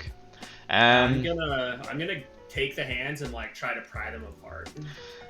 So you kind of pick them up and start pulling at them, and they don't seem to be budging. And at that, you hear a commotion coming from up here. You see, let's say, you see 3 people here, and then 2 people here, if you have vision, start to yank and pull at the people beside you, and you see them break the chain and kind of look at you with a insane look on their face, and kind of start screaming and hollering, "Do not mess with what you do not know!" And the chain is broken, so let's just adjust that, Jesus Christ. and we'll make these visible. So people start screaming. Let's say people kind of start moving together here to kind of reform the chain. They form the chain here, and then basically everyone over here starts screaming in pain and dying as was described. And then as soon as those people like speak up, I'm gonna take my magic flail and try to destroy these hands. okay, so yeah, we will roll that, and then we will roll for initiative. Let me just get everyone in that. Where is everyone? I think that's everyone. Let's see. We've got Azza, Chadwick, Kane, Rollo. Where are we? We're missing someone. Where are they? I'll be 1 sec. Okay. I was there we given go. advantage, so I'll roll differently. Okay. It looks like a 14. Yeah, everyone's in there, so yeah, rolls are good to go. So what did you get? 14 for Azza. Okay. So let's update that to 14 for you. Thank you. Salam, did you roll? It's being weird. What did you Oh, get? there we go. You got a 9. Okay. Oh no. Oh yeah, that's your attack. Okay, so Not you enough to hit 2 hands. so you feel it connect. However, the flail kind of bounces off, and you don't seem to see any significant damage upon it. However, the villainous people kind of scream and holler at you in madness, and yeah, let's say all of these people over here are continuing to die, so let's put them in the dying pile over here. Okay. The book said that wouldn't work. We need to kill these fiends. Salam, I don't have your initiative yet. Salam, sorry. Yes. 8. Wonderful. Okay, so yes. I'm rolling like ass today. So you see, Toys R Us, Fisher Price, cultists here. 4 of them look to be in similar dress, but one of them looks to be a little bit more, you know, up there in the rankings. So let's there we go. He was there. Okay. Oh no, he was there. Okay, so let's see who's first. So one of the cultists is first. So they come running towards you. Let's see, 5, 10. So he's going to dash over to there. So he pushes through the crowd. He breaks the chain to push through. They begin screaming, but then they clasp their hands back together to reform the chain. But he dashed, so he is unable to attack. So we go over to Azza. You fiend! I'll slay you with my great sword. Dun, dun, dun, dun. Okay, so yeah, you target him and attack with your blade. Working on it. Working on it. You got a 14, which hits for 6 slashing damage. Nice. So you kind 1 of and 2, really? you cut this guy across the stomach, and you see his garb split open as well as his stomach, and blood and some of his guts kind of spill out, but he kind of like holds them in and just grimaces at you with some sick grin. I want to attract more attention, so I did something. So I will something. spend a movement to stay within melee range, but just pirouette around. All right. Fuck. 2 and a 1. Yeah. It's Okay. kind of a 2d6. It's pretty bad. So yeah, combat has kind of started. So yeah, people are looking panicked, but they are keeping firm hold of the person next to them. And we go over to Kane. All right, seeing as everything's going down, I'm gonna yell out to the people to crouch down so they won't get in the way. I'm gonna run over to where Salam is. Okay, so they follow your instruction and crouch down. I'm going to go ahead and firebolt this guy over here. Okay.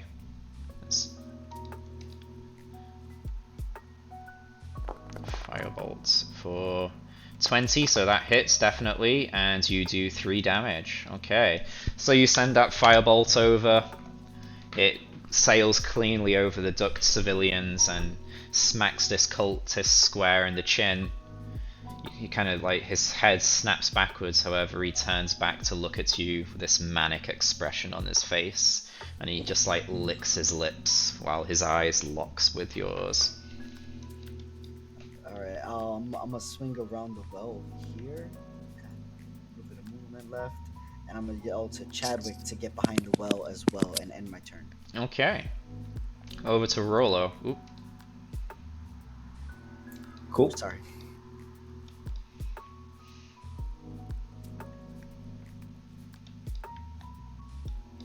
Rollo will run up to try and clear villagers out of his line of sight.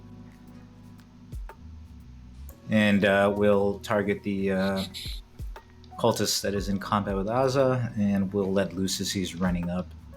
And trying to give Chadwick a little shoulder to encourage him to get the hell out of the way.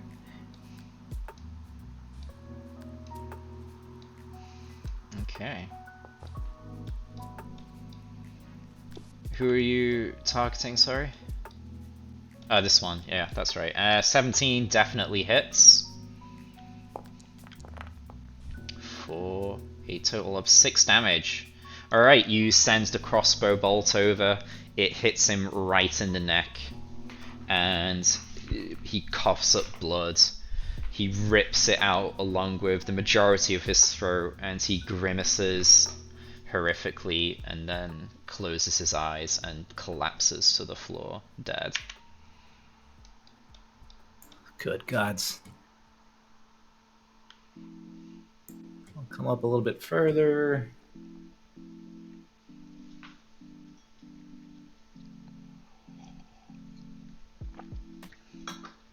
And I'll target this guy. Okay. And we'll let loose with my bonus action attack.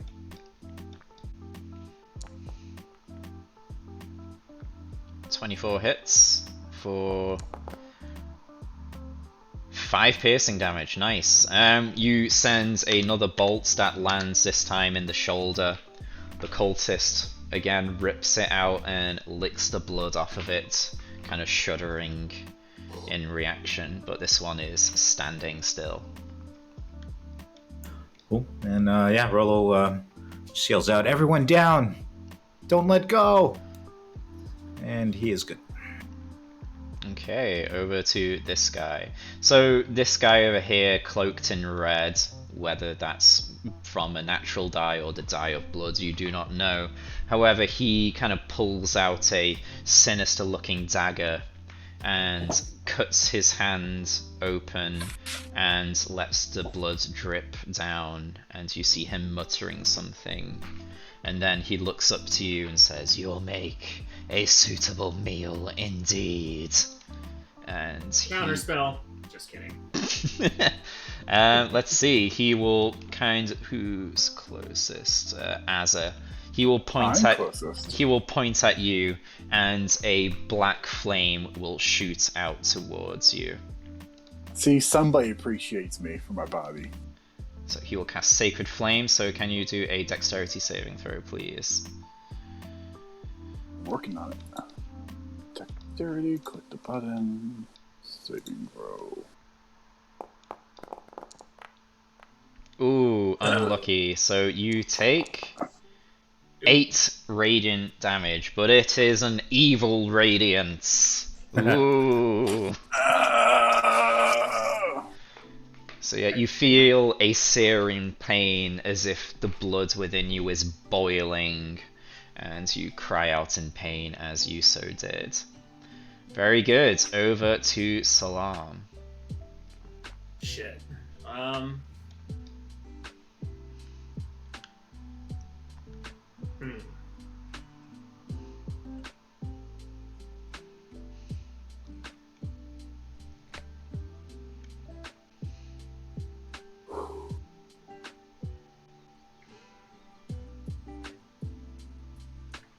I'm gonna move to there, and then I am going to clutch my holy symbol and kind of start muttering. And I am going to channel divinity and cast Twilight Sanctuary. Ooh. I don't know that one. What's that one do? That's like God, that's an essay. Can I get a TLDR? Yeah, basically, if anybody ends their turn within 30 feet of me, I get to grant them temporary hit points equal to 1d6 plus my cleric level. So 1d6 plus 2. 30 feet, you say? Let's see. Yep. And that includes me, so I am going to give myself some temp HP. Okay, there's 30 feet of you.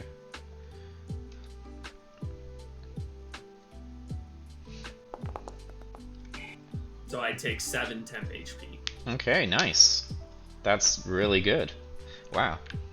Wow. So they need to end their turn in there. Okay. Yep. Okay, over to Chadwick then, if that's everything from you. That doesn't seem like 30 feet. That's only 20 feet. Is it? Oh, it says 30 feet on the thing I drew. I'm counting the squares. It only looks like... Yeah, let's see. I count 6 squares. Yeah, I count 30 to the edges, like in the parallels. Yeah, but going diagonal, it only goes 20 feet. Yeah, we'll just go with that and say, yeah, the diagonals work. That's weird, right? Yeah. Like, shouldn't it be 30 feet all the way around? Probably. Yeah. Oh. I don't know about radiuses and circumferences and hypotenuses. Sounds like maths. But yeah, so okay, yeah. I mean, I don't know. If it's like 30 feet diagonally, that's more of a square. It's kind of weird because it does look like a perfect circle. Yeah. It just seems weird to me. You'd think it would be 6 squares in each direction. Yeah. Well, we'll go with that. You know, we'll just use this one as like, you know, a rough estimate. Okay. Okay. So over to Chadwick then. So Chadwick, following Kane's advice, kind of ducks on behind the well, shaking slightly, and he kind of just looks to Kane for further instruction. If you got rain spells, you best be using them. He kind of looks down and says, I have one that I've been working on, but there's a few civilians near. I could try it, but there might be some casualties, especially after last session. Oh god. Well, save it for now then. Just hide.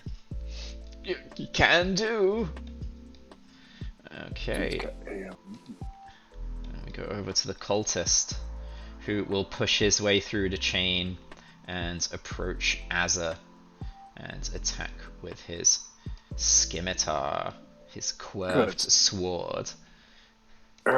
Hates curved swords. What the fuck? Jesus Christ. What the Here we keeps go. Okay, That's crazy. let's go. It's Hey, okay. It's big minus 3 Clockar. damage. Okay, let's see what the damage is. It's -3, but it's double damage. Oh my god. So that's 9, so that's -3, yeah? Yes. Okay, so you take 6 slashing damage from I the don't look scimitar. good, people.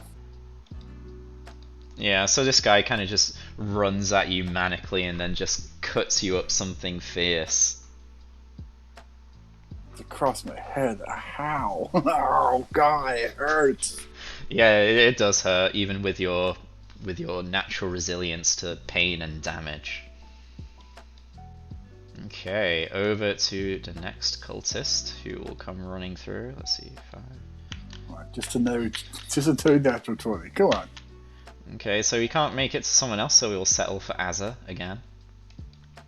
Let's See you in the next life, Azza. See ya. Next attack coming through. Wait, that's 20. 22. Close enough. Oh, that wasn't with advantage. Hold on. How do I change that to advantage? 19. Close enough. Let's just roll a second attack and see what it does. Okay, so we'll take the 22 then. You hit. Yeah. So You hit. we'll get some damage. Jesus. 7. -3. So yeah, Yep, you 4. they set upon you and they start carving you up, licking I their am- lips, crying out, saying, "Oh, you'll be tasty." Fuck you. Yeah, they cry out, "Looks like meat's back on the menu, boys." Okay. Yours. Okay, and then the next cultist. The hobbits need to go to Isengard.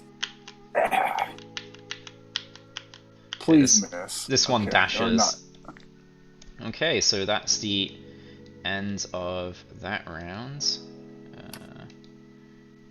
Something happens off screen. So the perceptive of you will hear some grumblings and growlings coming up from the distance. Yeah, I wonder.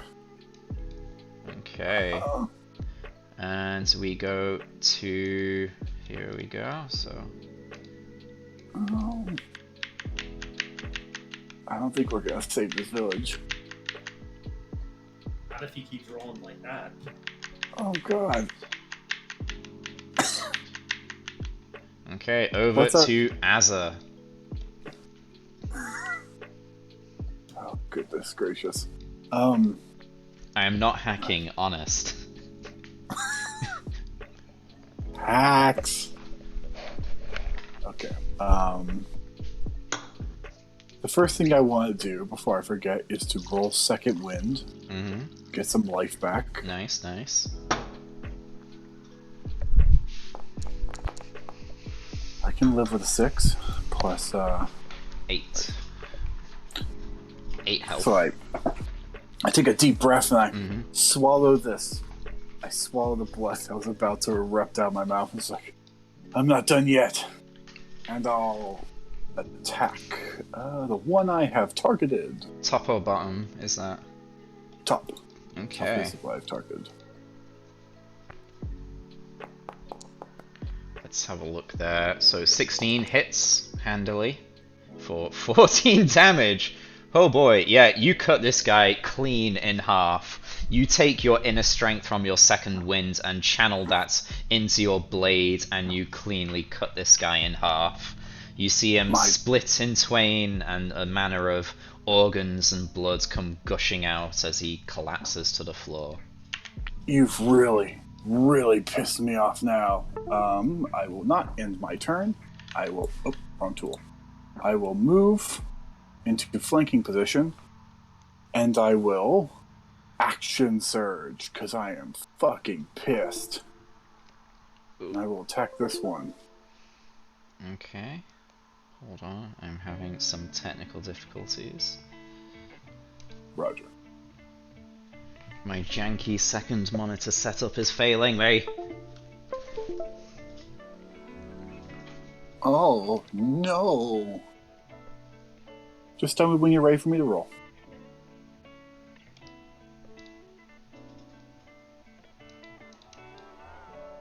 Okay, let's get this open again. Work, please. I need you to work. Jank.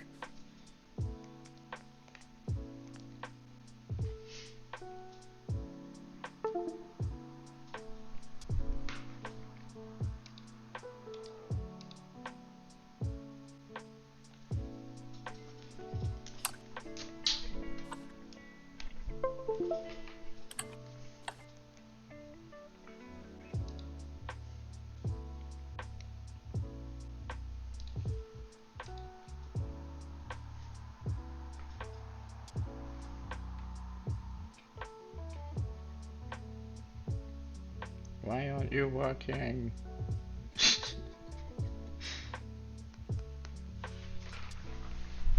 Oh god. This Hold, is truly please. the darkest timeline.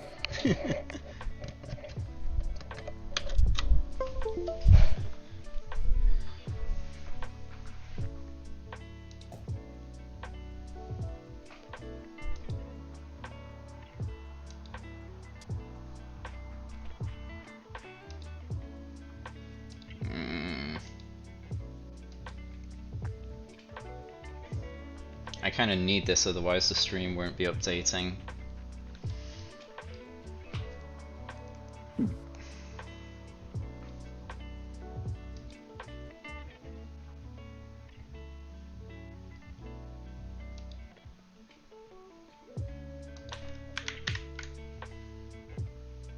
Well, just that moment of suspense as my blade's coming down in the nice slow-mo.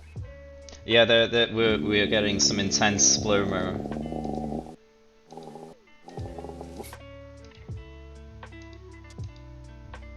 I just looked at the initiative tracker and saw 2 things pop up, and I'm just like, fuck.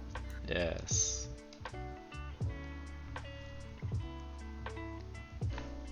I was like, oh, we got this. Just a couple masked guys and a hoodie wearing guy. We got this. I don't even see an initiative tracker. Where are you seeing that? The fist on the top, you can Yeah. right-click it and pop it out. Click It's the rocker button. It's more than 2. It's 4. Holy shit. Chadwick, help. Swizz looks like his whole game plan just changed. Well, I just used my channel divinity, and now a bunch of fucking undead shit is coming. Right. Or- Yeah. Temp HP's not bad. My How long iP- does that last? Restarting my iPad to see if that Temp will help. HP, it lasts until you use it. No, I meant your aura. Oh, Minute. So it's Minute. each time you're in the aura, you get a new set of fresh hit points. Yep. Yeah. That's really good. It also Okay. ends a charm or frightened effect. So if you get charmed or frightened, you can end that as well.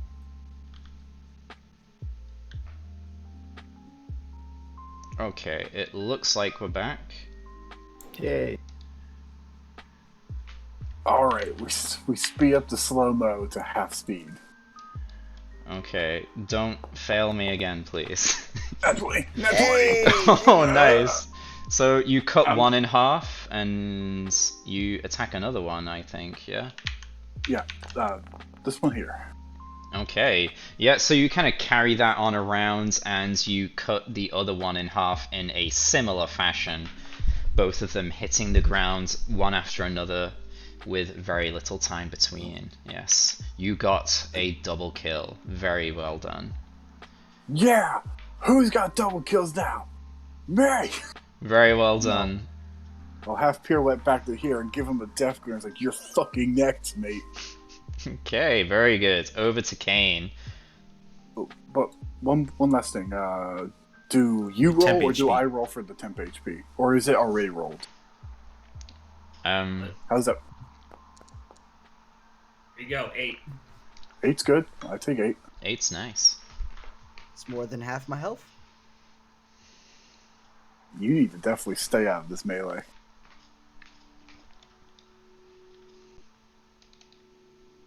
Alright, Kane's gonna look at the hooded guy, seeing that he's slinging spells. He's gonna pull out his fire pistols and he's gonna shoot a firebolt at him. Alright.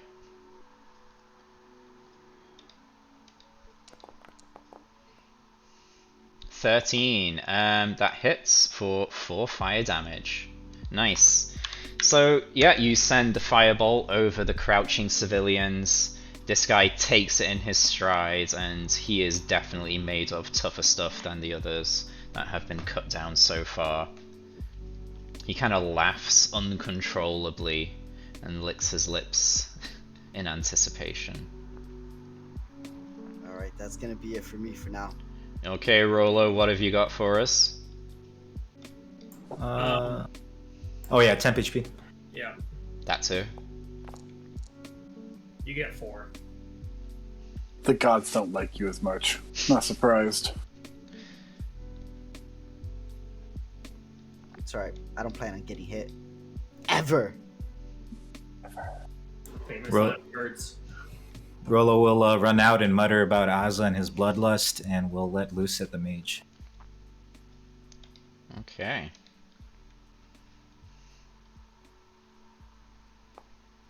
Ooh, that looks high. 23, that hits. For, 9 damage. Nice.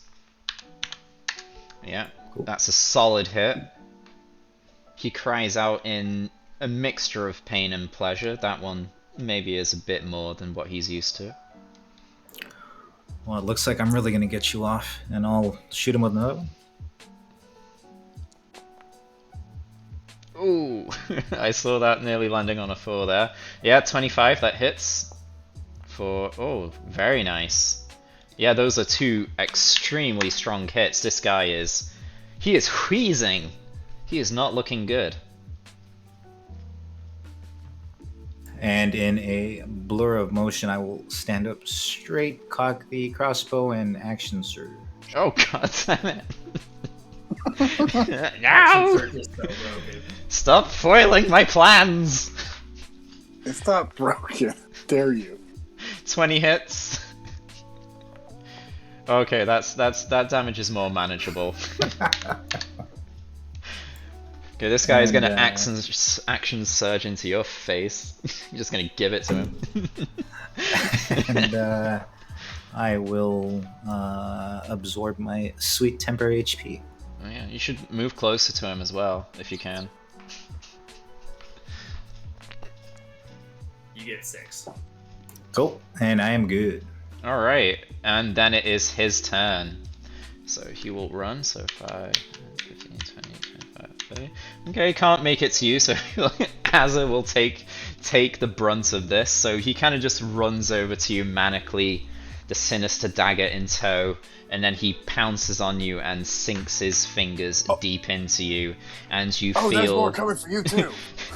you feel your flesh begin to crinkle, boil, and split open as he inflicts wounds upon you. Oh, he. Yeah. Oh, that that was one dumb. hurts. Yep. Yeah, okay. He can try. My armor class is pretty good. He Let's gets see. advantage. He does get advantage. I don't Which care. buttons is it? Alt for advantage. I think it's shift. I think alt is disadvantage, isn't it? Or I mean, control is disadvantage, isn't it?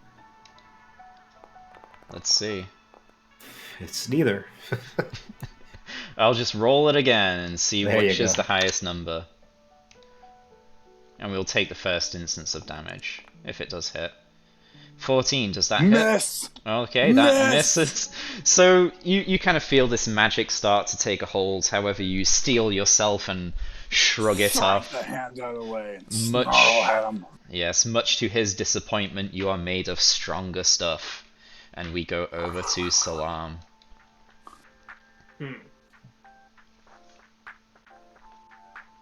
Let's see. Oh, am I mirroring? Yes, I am mirroring. Hold on.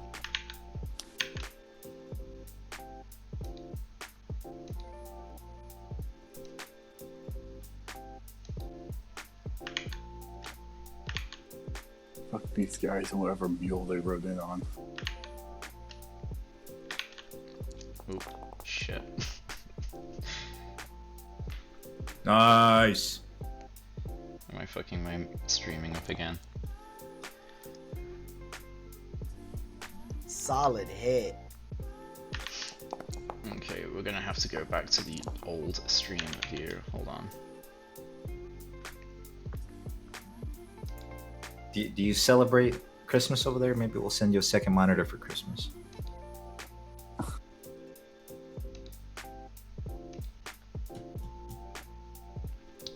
Okay, I've switched over to my old stream view, so yeah, no stream view at the moment. I'll try and get it working, but yeah. So the flail, oh good lord, that's a crit. So yeah, you whip him good, and he I don't cries. even need the advantage. Yeah, he cries out in horrid pain as you crack him across whichever part of the body it is, and you kill him in whatever way you decide. I just cracked the back of his skull and leave brain matter flying everywhere. Yeah, you crack that shit open like a melon. It goes spraying, and he kind of sways on the spot, reaches out to you with his dagger, hunger in his eyes, but he quickly collapses to the floor. You said we were hearing noises of like other stuff approaching. Yes. Where is that coming from? That is coming from over this direction. Okay.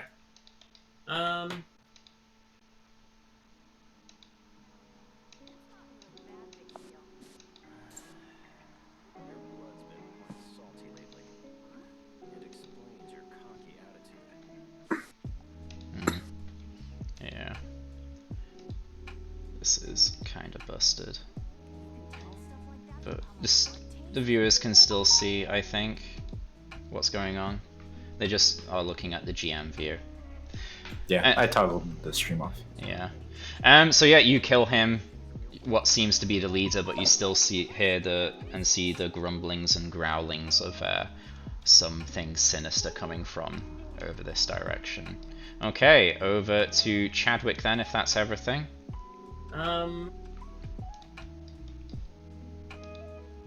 Yeah, that'll be everything. Okay. I think the grid will move with you, right? Yes, it will. I'll relocate that to you. Where are you? All the civilians are being bolstered by this, but I won't ask you to roll for every single one of them. that would be ridiculous. Okay, Chadwick. He kind of follows Kane in this direction, and let's see. Did you encourage him to enter combat? I think I'll tell him to protect the civilians or to make sure none of the civilians break the chain to keep them alive. Tell him to protect the hands. Okay. Oh yeah.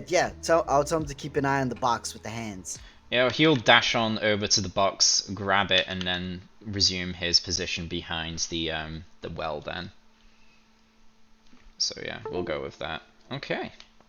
So then we go over to ye cultists. Okay. So this cultist will maneuver around Azza, seeing his glorious leader vanquished by Salam, and he will attack Salam with his scimitar. Or try to. I'm dumbfounded that he turned his back to me. Yeah, that's a miss. Okay.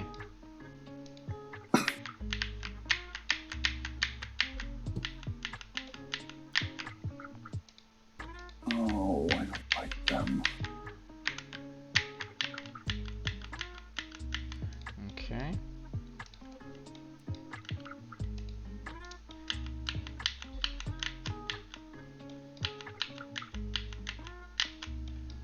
Okay, so you do see these monstrous creatures come into sight now.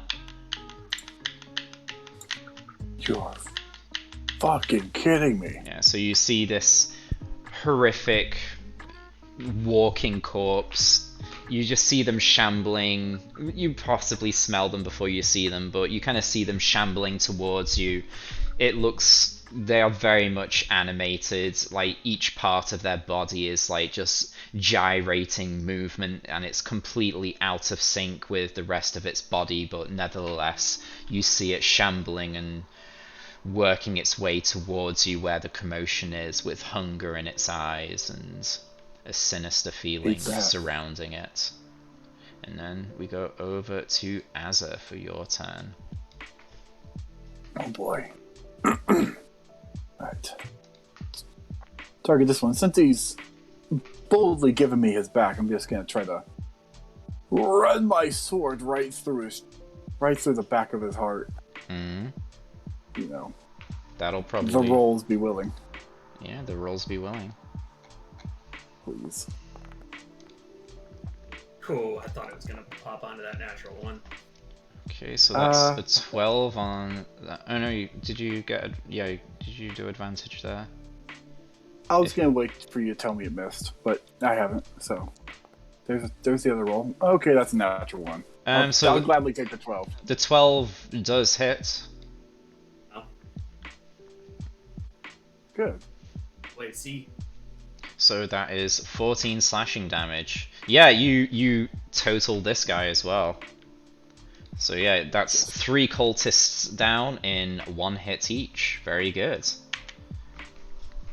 Right, so I'll do a little spin, the centrifugal force, throwing him off my blade. I'll duck underneath their arms, or I guess they're crouching, so I'll leap over their arms and I didn't count squares. 1, 2, 3, 4, 5, 6. Come at me, you fucking monsters! I'll just flick my sword, just letting the blood flick off of the blade onto the ground in front of me. Yeah, so... I think you have 5 more feet. Cool. I'll take it. You know, because I don't long for death. That seems normal. Alright, I think that's all my actions. Yeah, very good. Alright, yeah, so yeah, you very much like flick the blood off your sword, it splashes onto the ground, creating a nice arcing shape. And as you call out to these monsters, they gaze at you with their lifeless eyes. And we go over to Kane. Alright, Kane's going to move up, but before I do, I'm yell to Chadwick to follow me. Mm-hmm. And I'm going to run in.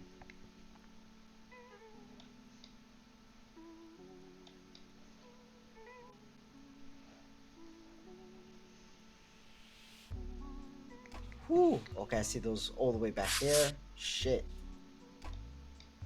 Yeah, you definitely see something shambling around there. I'm going to magic missile this guy up. Oh my god, double right clicked and the fucking page came up. So I was like, oh my god, what happened? So you're targeting the one guy, right? Oh no, 2. So No, I'm gonna target this one up here. for all 3 of them. Fire. Yeah. Yep. Alright, roll your 3d4.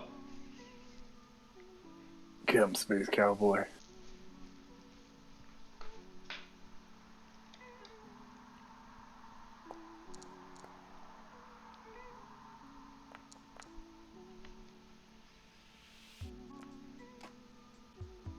So that's 10 damage total. They go sailing over and cleanly hit this creature in the head, torso, and leg. It stumbles, parts of it break away, but it continues its march towards you. Alright, and then as a bonus action, I will turn 2 of my sorcery points into a level 1 spell slot, and that'll be my turn. Okay, very nice. You can roll your temp HP to fish for a higher value. Yeah. Nope. Does the 2 replace the current value? I mean, he currently has 4, so you can only like get more. Oh, okay. You take the higher. Okay. Yeah, it stays the same for me. Yeah. Though. Don't worry. Yeah. The 4 turns to a 4. Yeah. That's fine. Okay, Rolo, what's up?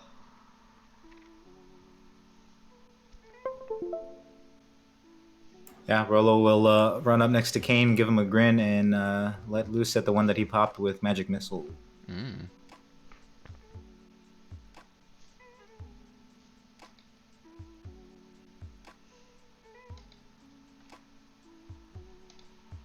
Let's have a look. Yeah, 21 hits for 7 damage. Still standing, but looking very bad. And yeah, I will hop over and let loose with the second one. On the same target, yeah? Yeah. Ooh, Oh, fuck. 9, that is a miss. I thought that was on 20. I thought that was on 20. Unlucky. And yeah, I'll whack the crossbow like it's its fault.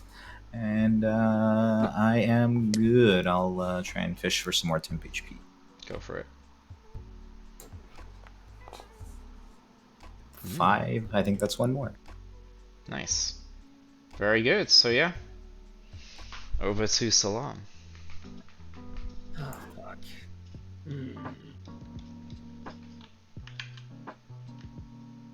Okay. I am going to move up to there, make a melee attack against that guy.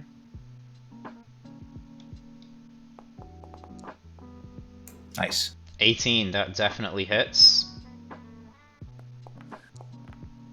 For 6 damage. Okay, you vanquish that ghoul. It collapses to the floor. The sure, powerful hits of the flail knocking its loosely connected body to pieces, and it collapses to the floor, unable to move or the magic driven out of it. And then I am going to cast Shield of Faith on myself with a bonus action, which gives me a +2 AC for the duration.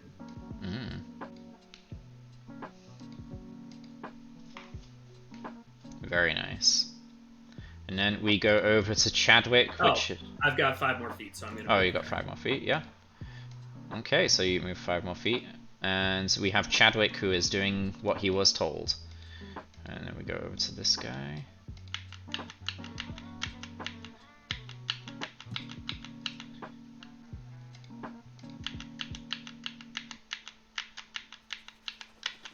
So both of them dash, and then we go over to this guy who doesn't need to move. So he will attack you with his claws. And miss horrifically. You either dodge or duck or dive out of the way, or you deflect it with your shield or armor. Either way, the attack is unsuccessful to your pleasure and delight. Over to Azza.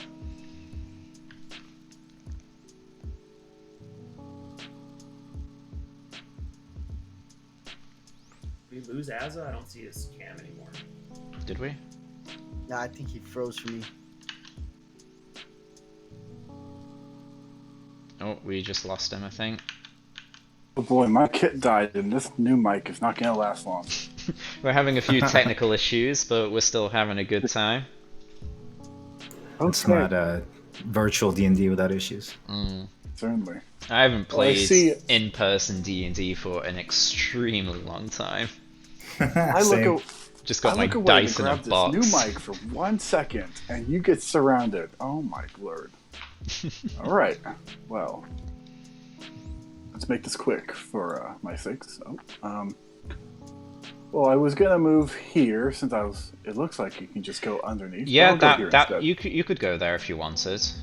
That's kind of just under the lip of the roof. It says it's a wall, so it wouldn't let me. Oh. But I can go here. It's probably the same. Okay. It's probably the same. Okay, Yes. so here it is. Again, gotta be quick. Please finish my turn before this thing dies. Target. Great sword attack for 24 with a strong hit of 10 damage. Nice. So a strong hit, however, you do not fell this one in 1 hit. You just wait till I get multi-attack. Ooh. I'll be ready. I'll get something. Alright, yeah, so that's the end of your turn, yeah?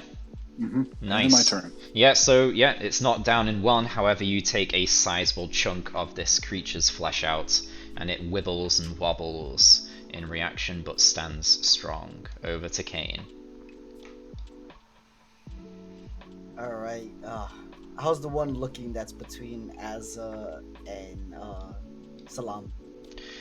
Looking at the 3 of them, it's hard to tell because they're dead things, but you probably did see that Azza just attacked this one, but since they're kind of reanimated corpses, they all look similarly destroyed to you, but yeah, you saw this guy just get hit. Alright, man, I'm going to magic missile that one. Go for it.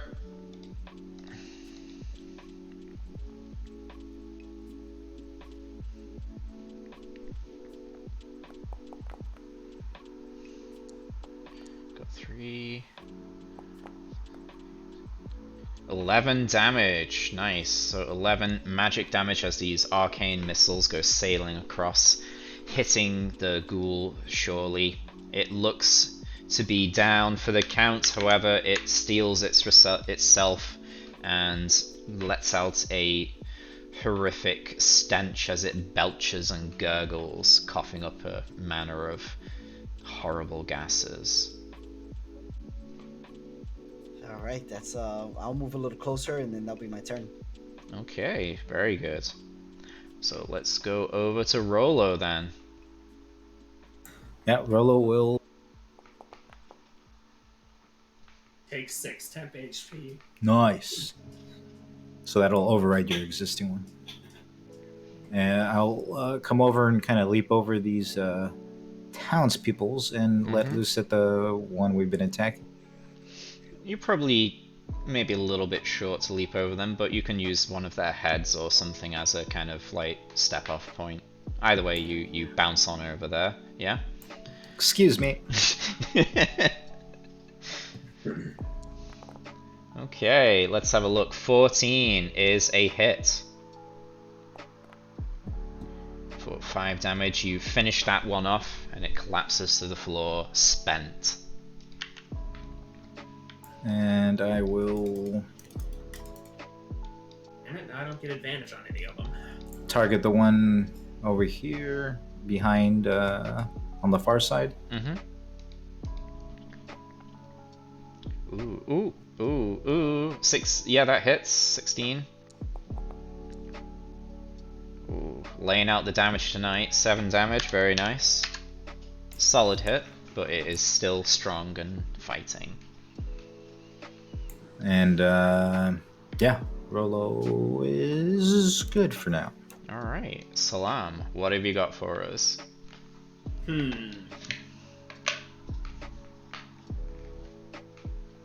Salam, send me a 6 on that temp HP. Does he do requests? Oh. How about 7? Better than what I got.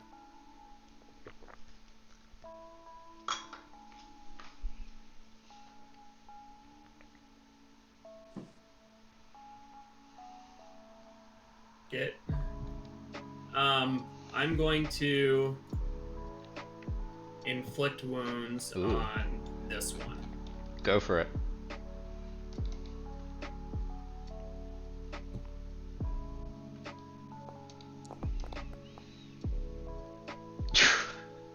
$22 hits. There's some nasty looking dice. 12, very good. It's not bad. Yeah. Out of 3d10, it's really not that good. Oh, okay. Yeah, so you kind of grasp hold of this creature and you channel your necrotic energies within it, and you see its wounds split open even further, and all manner of insides, guts, and blood spill out as it begins to decay and fall apart before your eyes. Very good. Alright, Chadwick still doing his thing. And then we go over to the ghoul, if everything is finished with you, Salam. Yep. Okay. So yeah, these ghouls aren't that intelligent, so it'll just attack you where it is. It's gonna claw at you. Oh. 21 is a hit. Oh baby. That just barely hits. Oh. My AC is 21. Oh, is it? Oh wow. Yeah. Oh yeah, that's right. So let's roll some damage first. So 4 damage, and there's a Constitution roll there for something. Let's double check. Okay, can you do a Constitution saving roll, please? Yeah, that's right. Back in the old school editions, Alright. ghoul paralysis didn't work on elves. Alright. And I also believe elves could sense traps or locked doors or something. They did a little better than everyone else. Yeah. Anyway, so the ghoul slashes you across the flesh. You feel a kind of tension, a little bit of tensity and paralysis starts seeping through. However, you kind of wriggle yourself about and shake it off and are able to keep on going. It was only a little bit of a nick, so you're fine. Okay, this one will ignore you, Salam, and move over to Azza. And Bring it! he will try and give you a little bit of a nibble. 6. That Yeah. does not nib. Yeah, It's a little gummy. Yeah, it's nothing but gums. Yeah, he just kind of gnaws on you with his soft gums. Alright, over to Azza. What do you do in reaction to this? And give a half pirouette and try to cut off his damn head. With advantage. Die! Die! Okay, 24 hits for 10 damage. Okay. Still standing, but looking very worse for wear. But I told him to die. Yeah, he's already dead, but you know. Yeah, it's fine.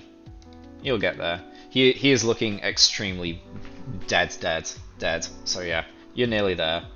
Maybe someone can help you out. Someone's gonna steal my kill again. Maybe it will be Kane. Every time. Why is it your kill to steal?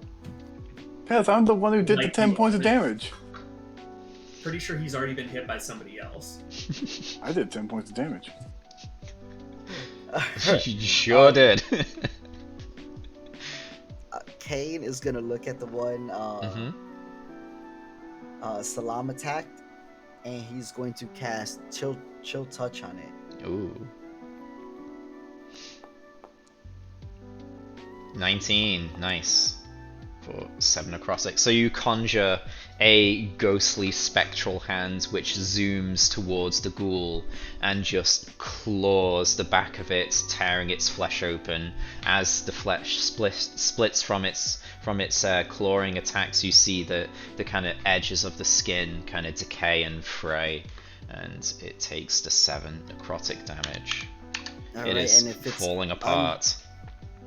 Also, if it's undead, it has disadvantage on attack rolls against me until the end of the turn. But I'm not Okay, yeah. It probably won't get that, but yeah, I'll keep that in mind.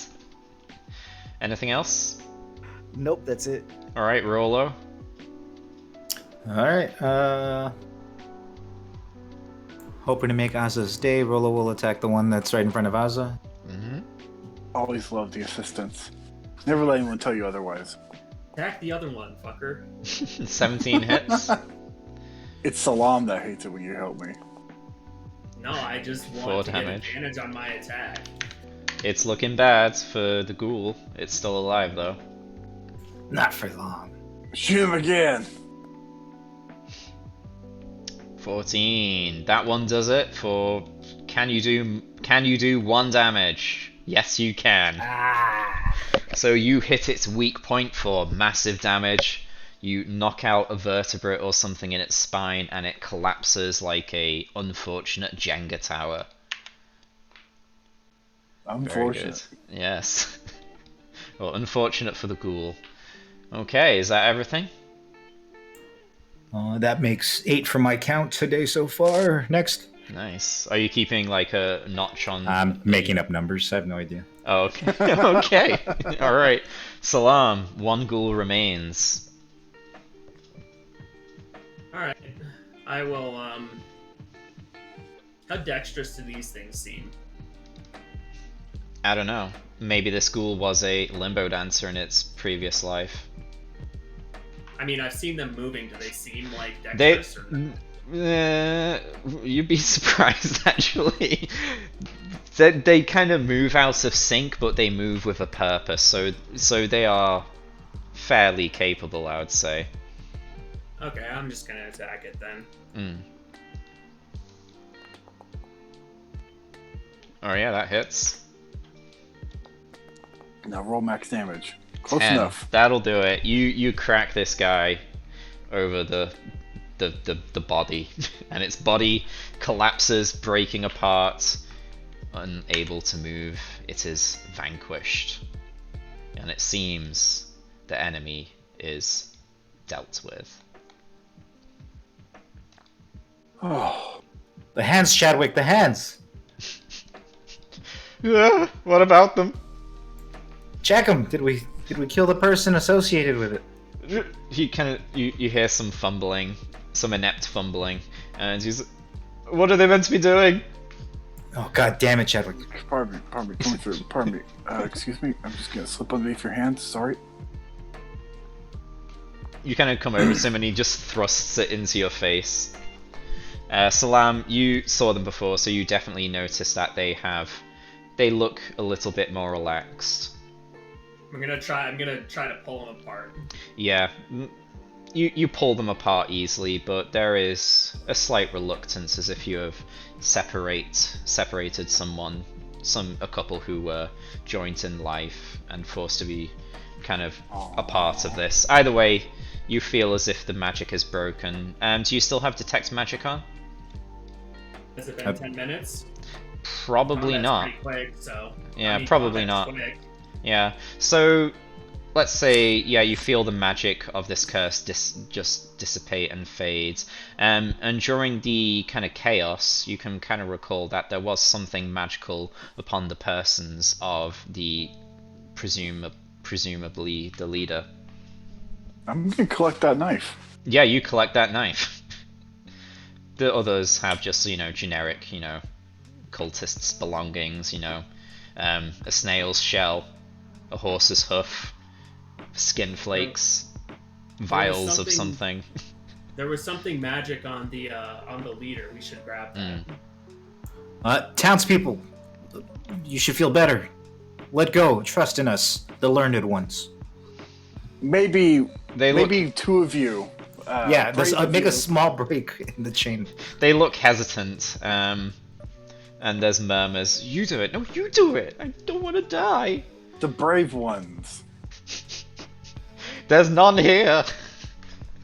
You're the brave ones. You, sir, you look brave. Oh God. Come on. The Dragonborn. You've got the heart of a dragon. Roar. He lets go. Imagine that as taking it to a racial place. Yeah, he lets go and he just tenses his whole body and just waits. Nothing happens. Everyone I just grab- like collapses to the floor, crying in relief, laughing, hugging each other. Some of them I just grab start moving to the tavern for a I grab stiff his drink. released hands. Huzzah! Huzzah! Huzzah! My savior! You're right. I'm your savior. Praise Rolo be will, upon you! Hold up his talisman. We are the hands of the keeper. We come from Candlekeep to save you. Don't forget it. Those of you look upon you in awe. Some of them break out in applause. It starts to spread, and soon everyone here is applauding all of your actions. Yes, Rolo revels in it. Bathes in it almost. Yeah. So, yeah, everything is safe. We can quickly wrap up this session. It's getting late. So basically, they will give you free board, free drinks at the tavern for being their saviors, and you can go over the loot of the cultist leader. I'm gonna drink this town bankrupt or die trying. Yes, there will be unlimited drinks, as you Kane have is gonna- saved them from death. Kane's gonna look to Salam and look at the hands, noticing that there's one that looks male, one that looks female. Just to go, I wonder if that there's the couple that went missing a couple weeks ago. Yeah, supposedly they left right before this happened. We definitely have some investigating to do. This Oh, is shit. definitely something that we should bring back to the keep, and so they could put it in the record books as a symbol, as what these totems might look like. Are the hands wearing wedding rings? Yes, Yeah. they are. That's a real Nice. shame. Can I see if there's any like engravings or etchings or anything like that on the rings that might identify these people? Not really. They're extremely simple, just wedding bands. Nothing fancy. But yeah, Chadwick kind of agrees. Yes, we must record this for future knowledge. Before we get drinking, it'd probably do our due diligence to see where those ghouls came from. Yes, I think that's a mighty fine idea. I did see a mass pile of bodies. It's best if we go through them to make sure there's none lingering. Yeah, we should also get someone to see if they can help us identify the people in the storage shed as well. Absolutely disgusting. What did we find on the cultist leader? So you found a dagger. Knife. Yeah, a very sinister looking dagger that is kind of exuding some magic from it. You'd need to identify to know exactly what it is, so you're not sure what magic yet. You would need to meditate with it first. Okay. But He yeah. doesn't have anything else on him. No gold or anything. Let's roll up some gold. Do I have a gold rolling thing available? All the cultists. Let's see, D&D gold encounter thingy. I didn't prepare for this bit. You can give us a gold after the session if you want. Yeah, I'll roll that up after. It'll sounds probably good. a little bit, but yeah, mainly the dagger. So yeah, you guys maybe spend some time helping bury the dead. You follow tracks of the ghouls back to the pile of bodies here, over on the east of the village. There doesn't seem to be any more bodies. Perhaps only the magic was able to summon just the 4 of them, but all of them seem very much dead. These ones dead for a while. These ones unfortunately died just before the saving took place. I'm going to cast Detect Evil and Good just to like double check and make sure that there's no more undead or fiends or anything like that around here. You cannot detect anything, perhaps some lingering evil from the hands and the cultists. There's definitely something sinister about the knife, but maybe that's just part of the magics. Maybe it's me. Maybe it's And one my- of your group, who knows? I don't know. and kind of like looking. Oh, like I'm gonna kind of like walk Mm. by all of the townspeople just to make sure that there's no like fiends or anything like hiding in Mm. sheep's clothing or anything. Yeah, like that. perhaps you can persuade them you're doing just a general medicine, just health check, and you go through each of them, and you find nothing sinister about the remaining people. Just infinite thanks and promises of around on them. Would I be able to borrow any of the villagers to see if they can identify the people in the storage shed? Sure, yeah. You can. They're identified as someone who is known in the village, but they were not known to be missing, as the cultists were presumably disguised in some way as them. They had taken their clothes and used some sort of magics to contort their flesh and appearance to look like them. Gotcha. Yeah, okay. Okay. Alright, so yeah, you wrap things up here, and then you spend the rest of the day resting and reveling, and yeah. So I presume you'll probably have time to check out that knife. Yeah, I can experiment on it by stabbing someone. If you just start stabbing, it just seems to work as a normal knife for now. But yeah. Bring me a fresh chicken. What you intend to do with the chicken? Make it less fresh. What are you gonna do with the chicken later? I don't know, eat it. Alright, when you stab the chicken, the dagger seems to cut incredibly well. Well, that's a dead chicken. Yeah, it's a dead chicken.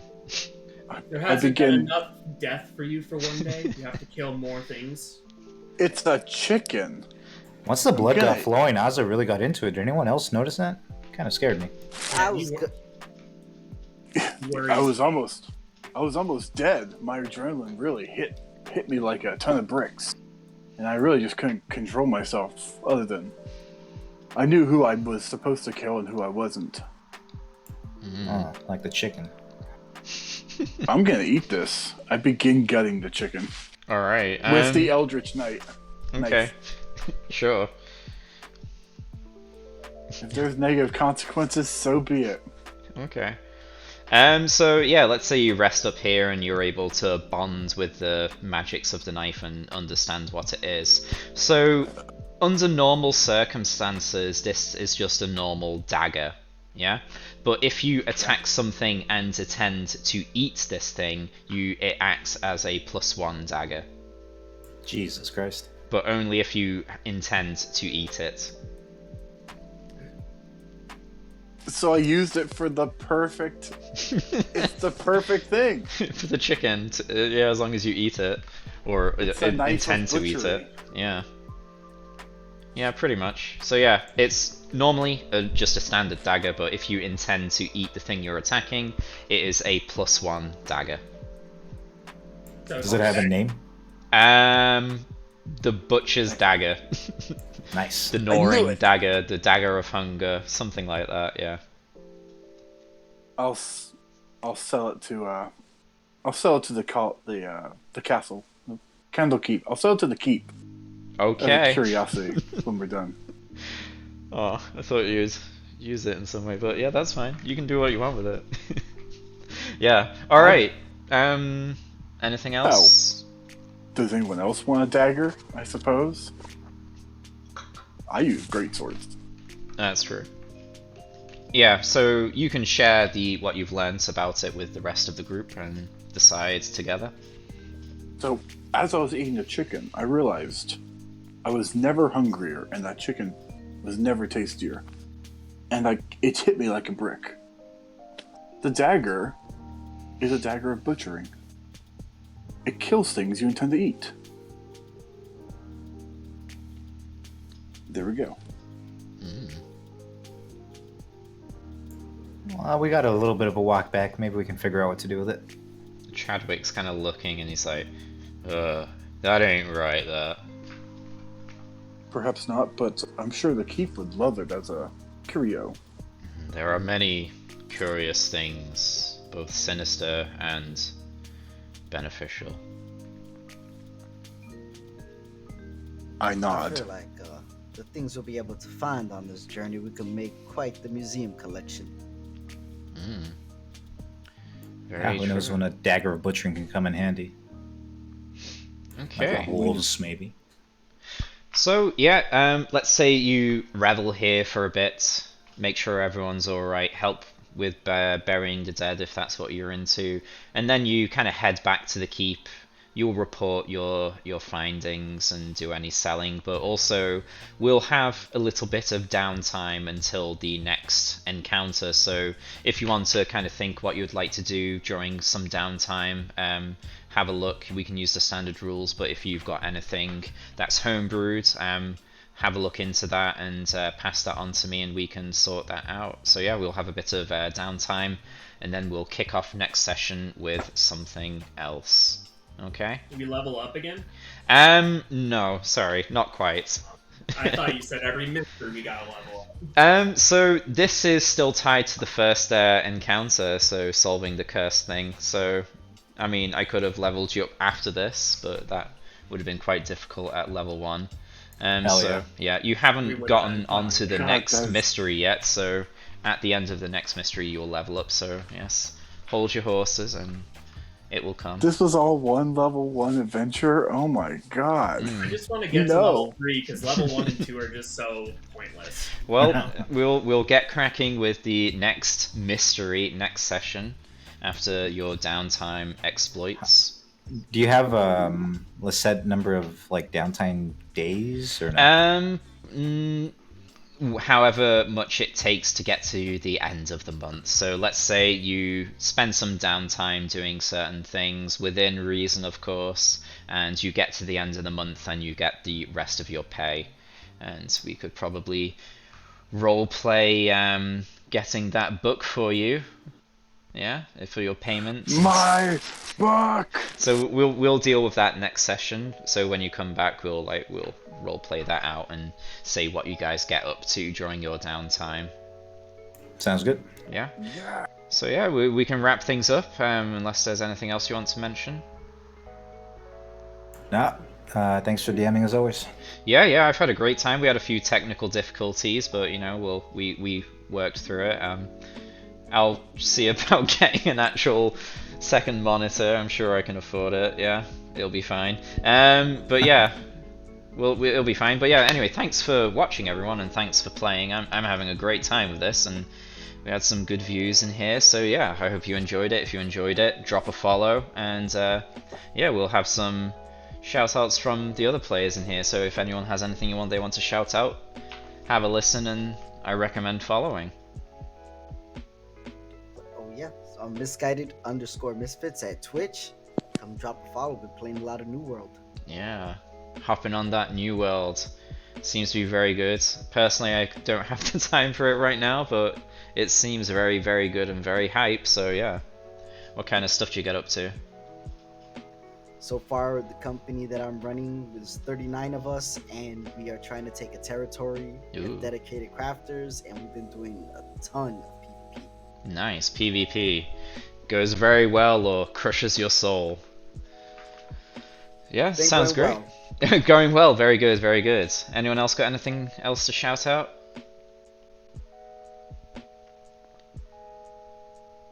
Nothing here. Nothing. Thanks here? everyone for coming. It's been a pleasure having you. Yeah, we'll be back next week with another tasty episode full of mystery and intrigue and God knows what else. We'll see what happens. So yeah, thanks for watching. Enjoy the rest of your week and your weekend. Stay healthy, stay happy, and keep on keeping. Yeah. See ya. Yeah, take care. Bye-bye.